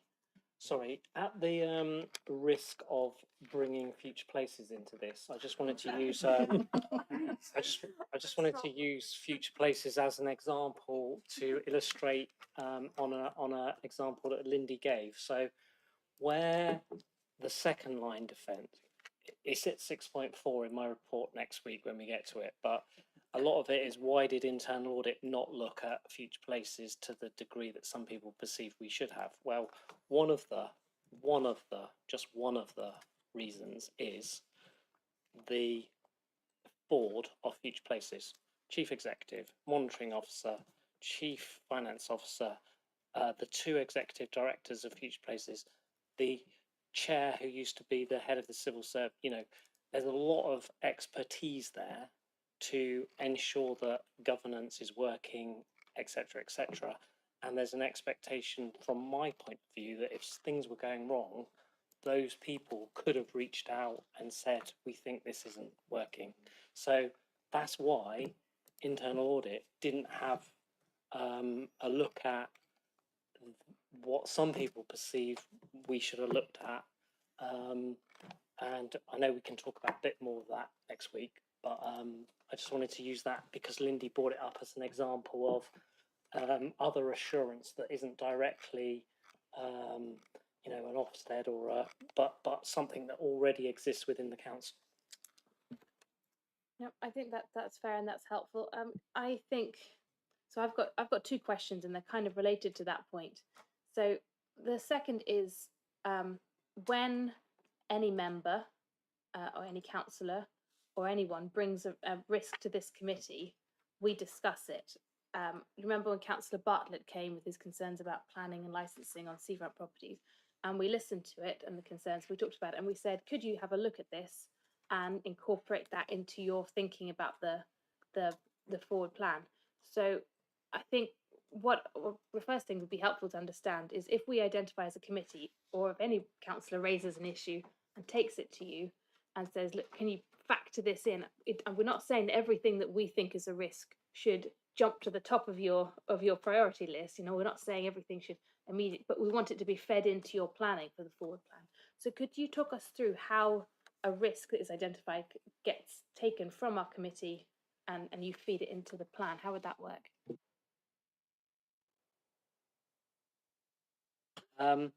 Yeah,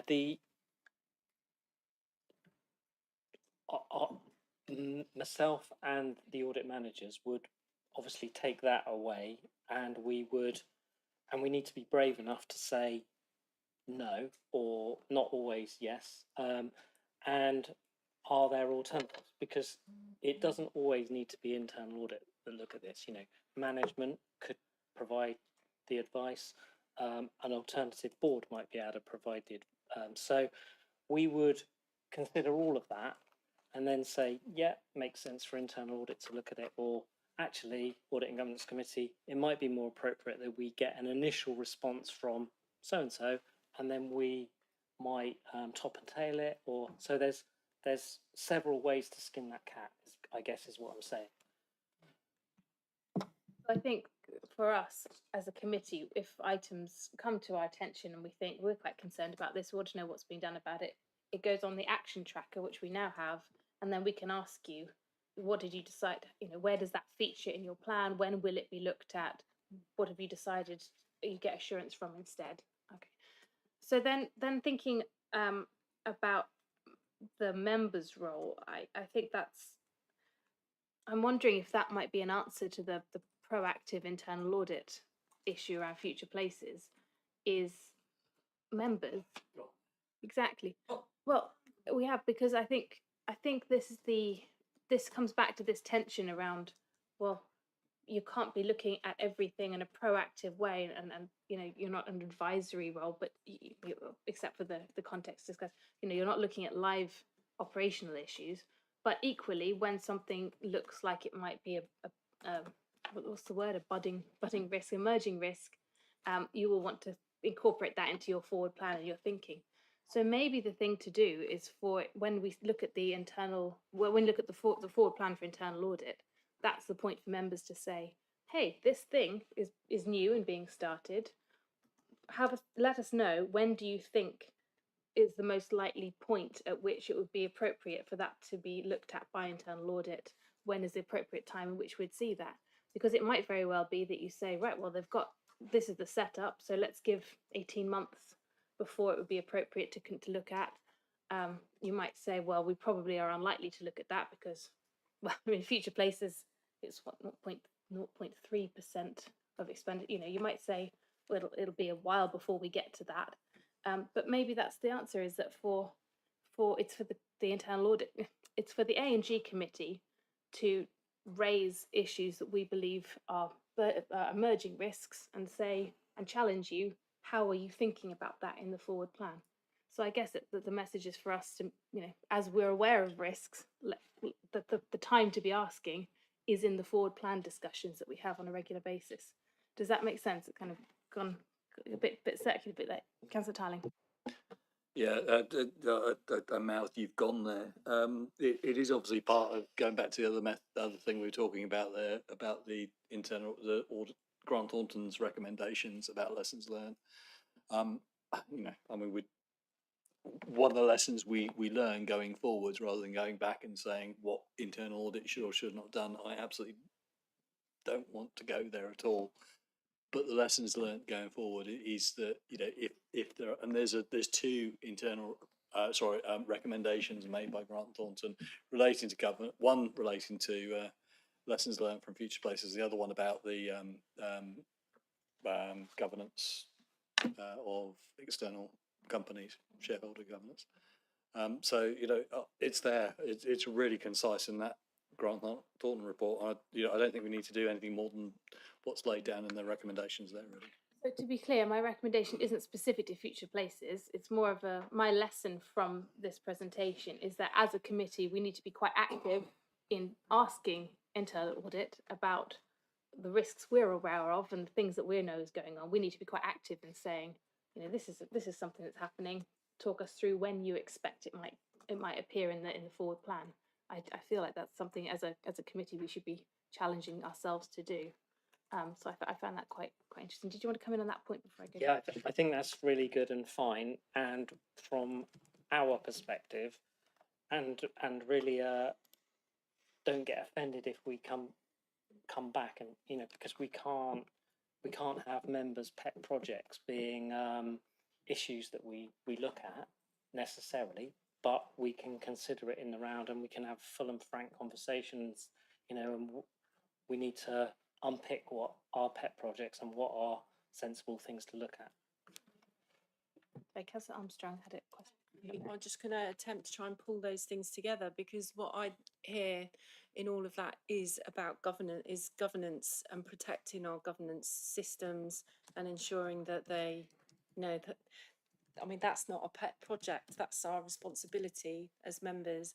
I mean, our member of the public, Mr. McKinstry, started off by reading a statement about his views on what happened last week. I know we all have views on that, but I'm seeing on page 63 of Appendix 5 that's included in your presentation, which I found really helpful, Ruth, thank you.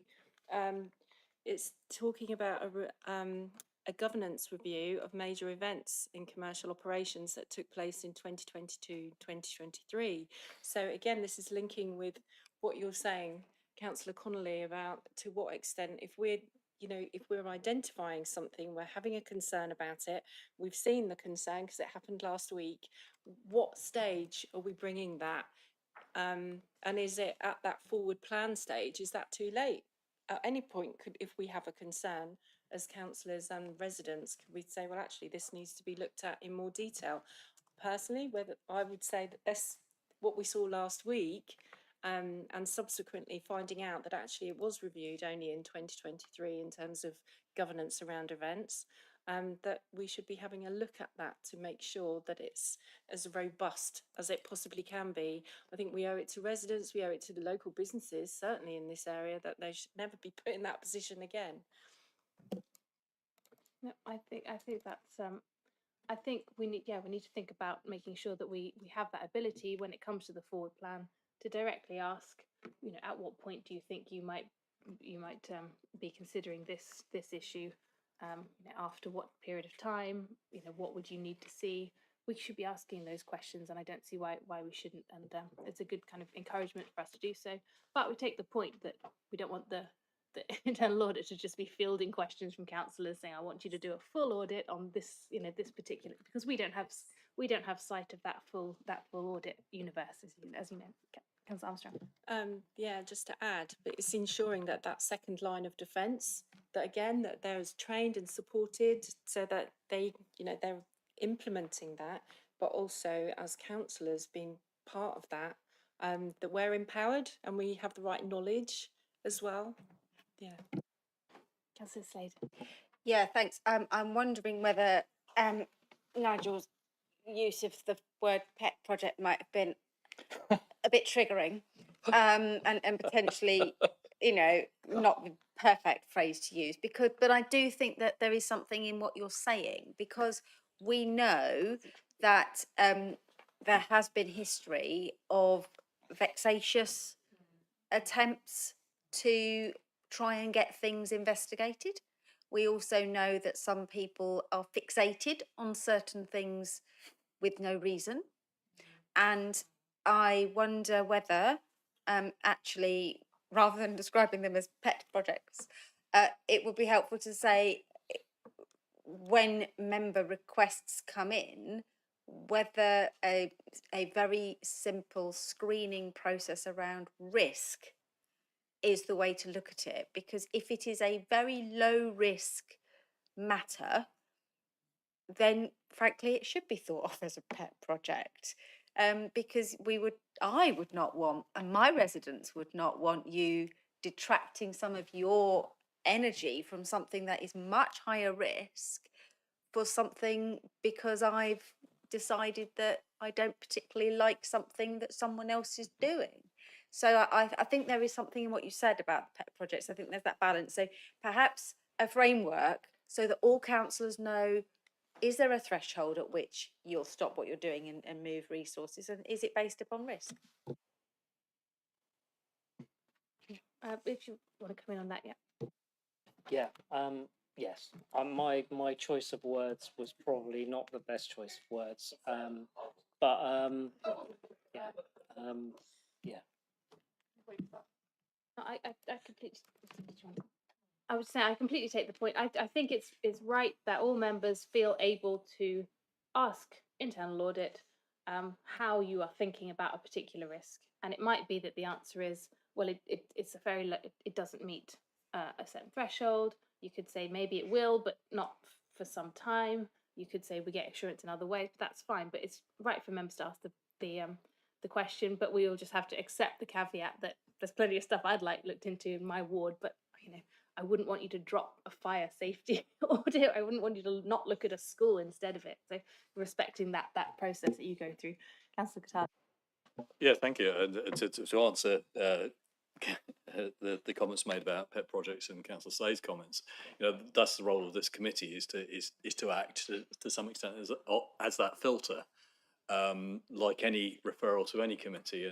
And Councillor Armstrong is referring to an incident that happened in planning. I'm a member of the planning committee, and yes, there is a point where perhaps that could be looked at. I'm happy to just give my views on that to Councillor Armstrong, or what might have happened, what didn't happen, or to anybody. However, that may be going to another committee rather than audit and governance. It might be an environment and place issue rather than that. So there is a certain amount of filtering as a member, as a councillor. You have a pet, you have a bee in your bonnet, using another term, about something, and it might be that audit and governance is the right place if it is strictly audit and governance, or it might be something for one of the other scrutiny committees. I recollect at the beginning of this council, I think the chair sent an email to all councillors inviting topics to come to audit and governance as well. So I think it's kind of continuing that member oversight role and making sure that members are active in identifying risks, as well as leaving it all to you and the second line. Okay, those were my main questions. I found that really helpful. Did any other members have any questions before we wrap that up? Thank you very much. Really appreciate it. That's improved all of our understanding. So the item for that is the Audit and Governance Committee notes the processes in place to produce the internal audit plan and how coverage is determined. So do we agree that by consensus? Yeah, brilliant. So I think the last action is, I think going back, is to 4A, which is the action sheet, which is our action tracker, which again, thanks to Jill, I'm finding it very helpful. Did anybody have any comments they wanted to make on the action tracker? Lindy, would you like to come in? I've got a few comments. I would like to make a proposal that we color code the actions. Typical red, orange, and green. Green when it's completed, orange in progress, and red when maybe it's postponed to the next meeting or not yet started. And then I've noted on the action list that sometimes we say it's complete. I'm going to give one example on page 23, number 53. We say to be factored into next ANG meeting in January 2026. And then it's stated as completed. I would like to advise or request that it stays red and not completed. I'm just worried that it might get lost if it shows completed, but it's still to be included into a next report. Until it's included in that audit committee's report, then we can say it's completed. So I would rather say it's either red or in progress still. Then there's an example of unacceptable turnaround times on this action list. If we have a look at the meeting of the 24th of July 2025 on page 27, number 24, we say update awaited from the risk owner.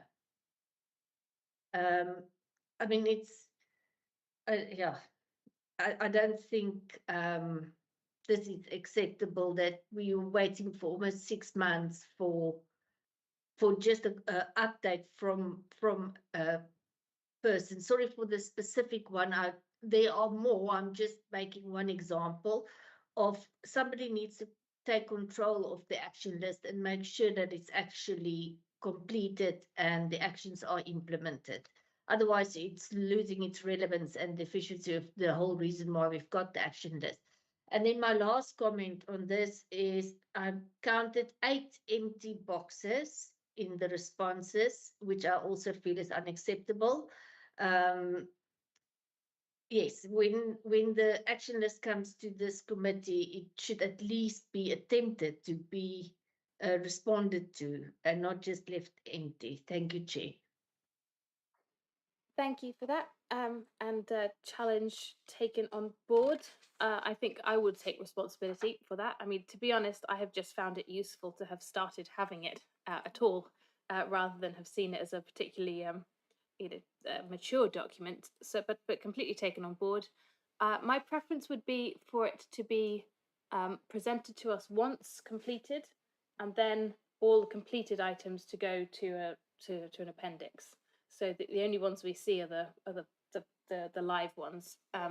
So I assume you don't disagree with that too much. So then we should only be seeing the ones that are open, and I'm okay with red and amber. So, amber in train, and red not actioned. I will take on responsibility for doing chasing and tidying it up. I mean, some of them I've sort of thought that we would do the chasing at the point at which we want them to next be reported. So, for example, on the corporate risk register, it strikes me as the next corporate risk register discussion would be the deadline for that. So, I think I'll take that away and do the relevant chasing and keep it tidy. So, thank you very much, Councillor Talley. Yeah, there's two. I'll change the order which I was going to do it. Firstly, on page 22, there's an action for me on the health and safety pyramid. I don't actually recall who I'm supposed to be speaking to on that, but I will go back and find the notes, and it's a good time for me right about now to probably help and provide some input on that one. So I will try and pick one up. But if you could, if you remember who it is and can direct me in that direction, that'd be fantastic. Mr. Nigel. I think that you've already supplied it to Rebecca Lowry, the pyramid. You did it literally in the meeting, so I'm not sure why that has slipped the net. Yeah, it might have been that I was going to give a bit more background. I mean, I'm not a health and safety professional, but I've looked at pyramids many times. She wanted a bit more detail, apparently, so that's fine. Fantastic. In which I will chase it down if she has contacted me. I'll make a note of Larry. Thank you very much.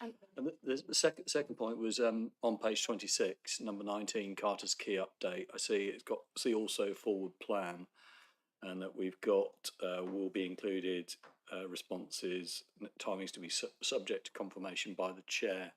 I noticed we haven't in all the I'll mention the dirty word again, future paces discussions, we haven't, we've been distracted somewhat from Carter's Quay, which is a much bigger issue.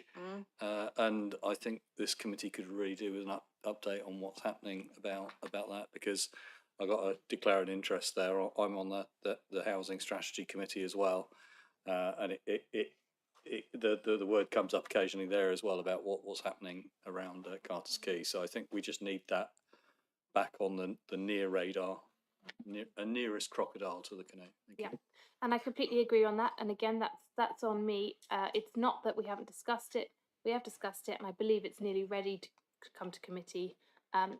It's just a question of the timing with the future places, having an additional meeting for that. So I completely agree, and I hope that will come to the next meeting, unless there is then there's a good reason to have it the meeting after that. Councillor Armstrong. Thank you.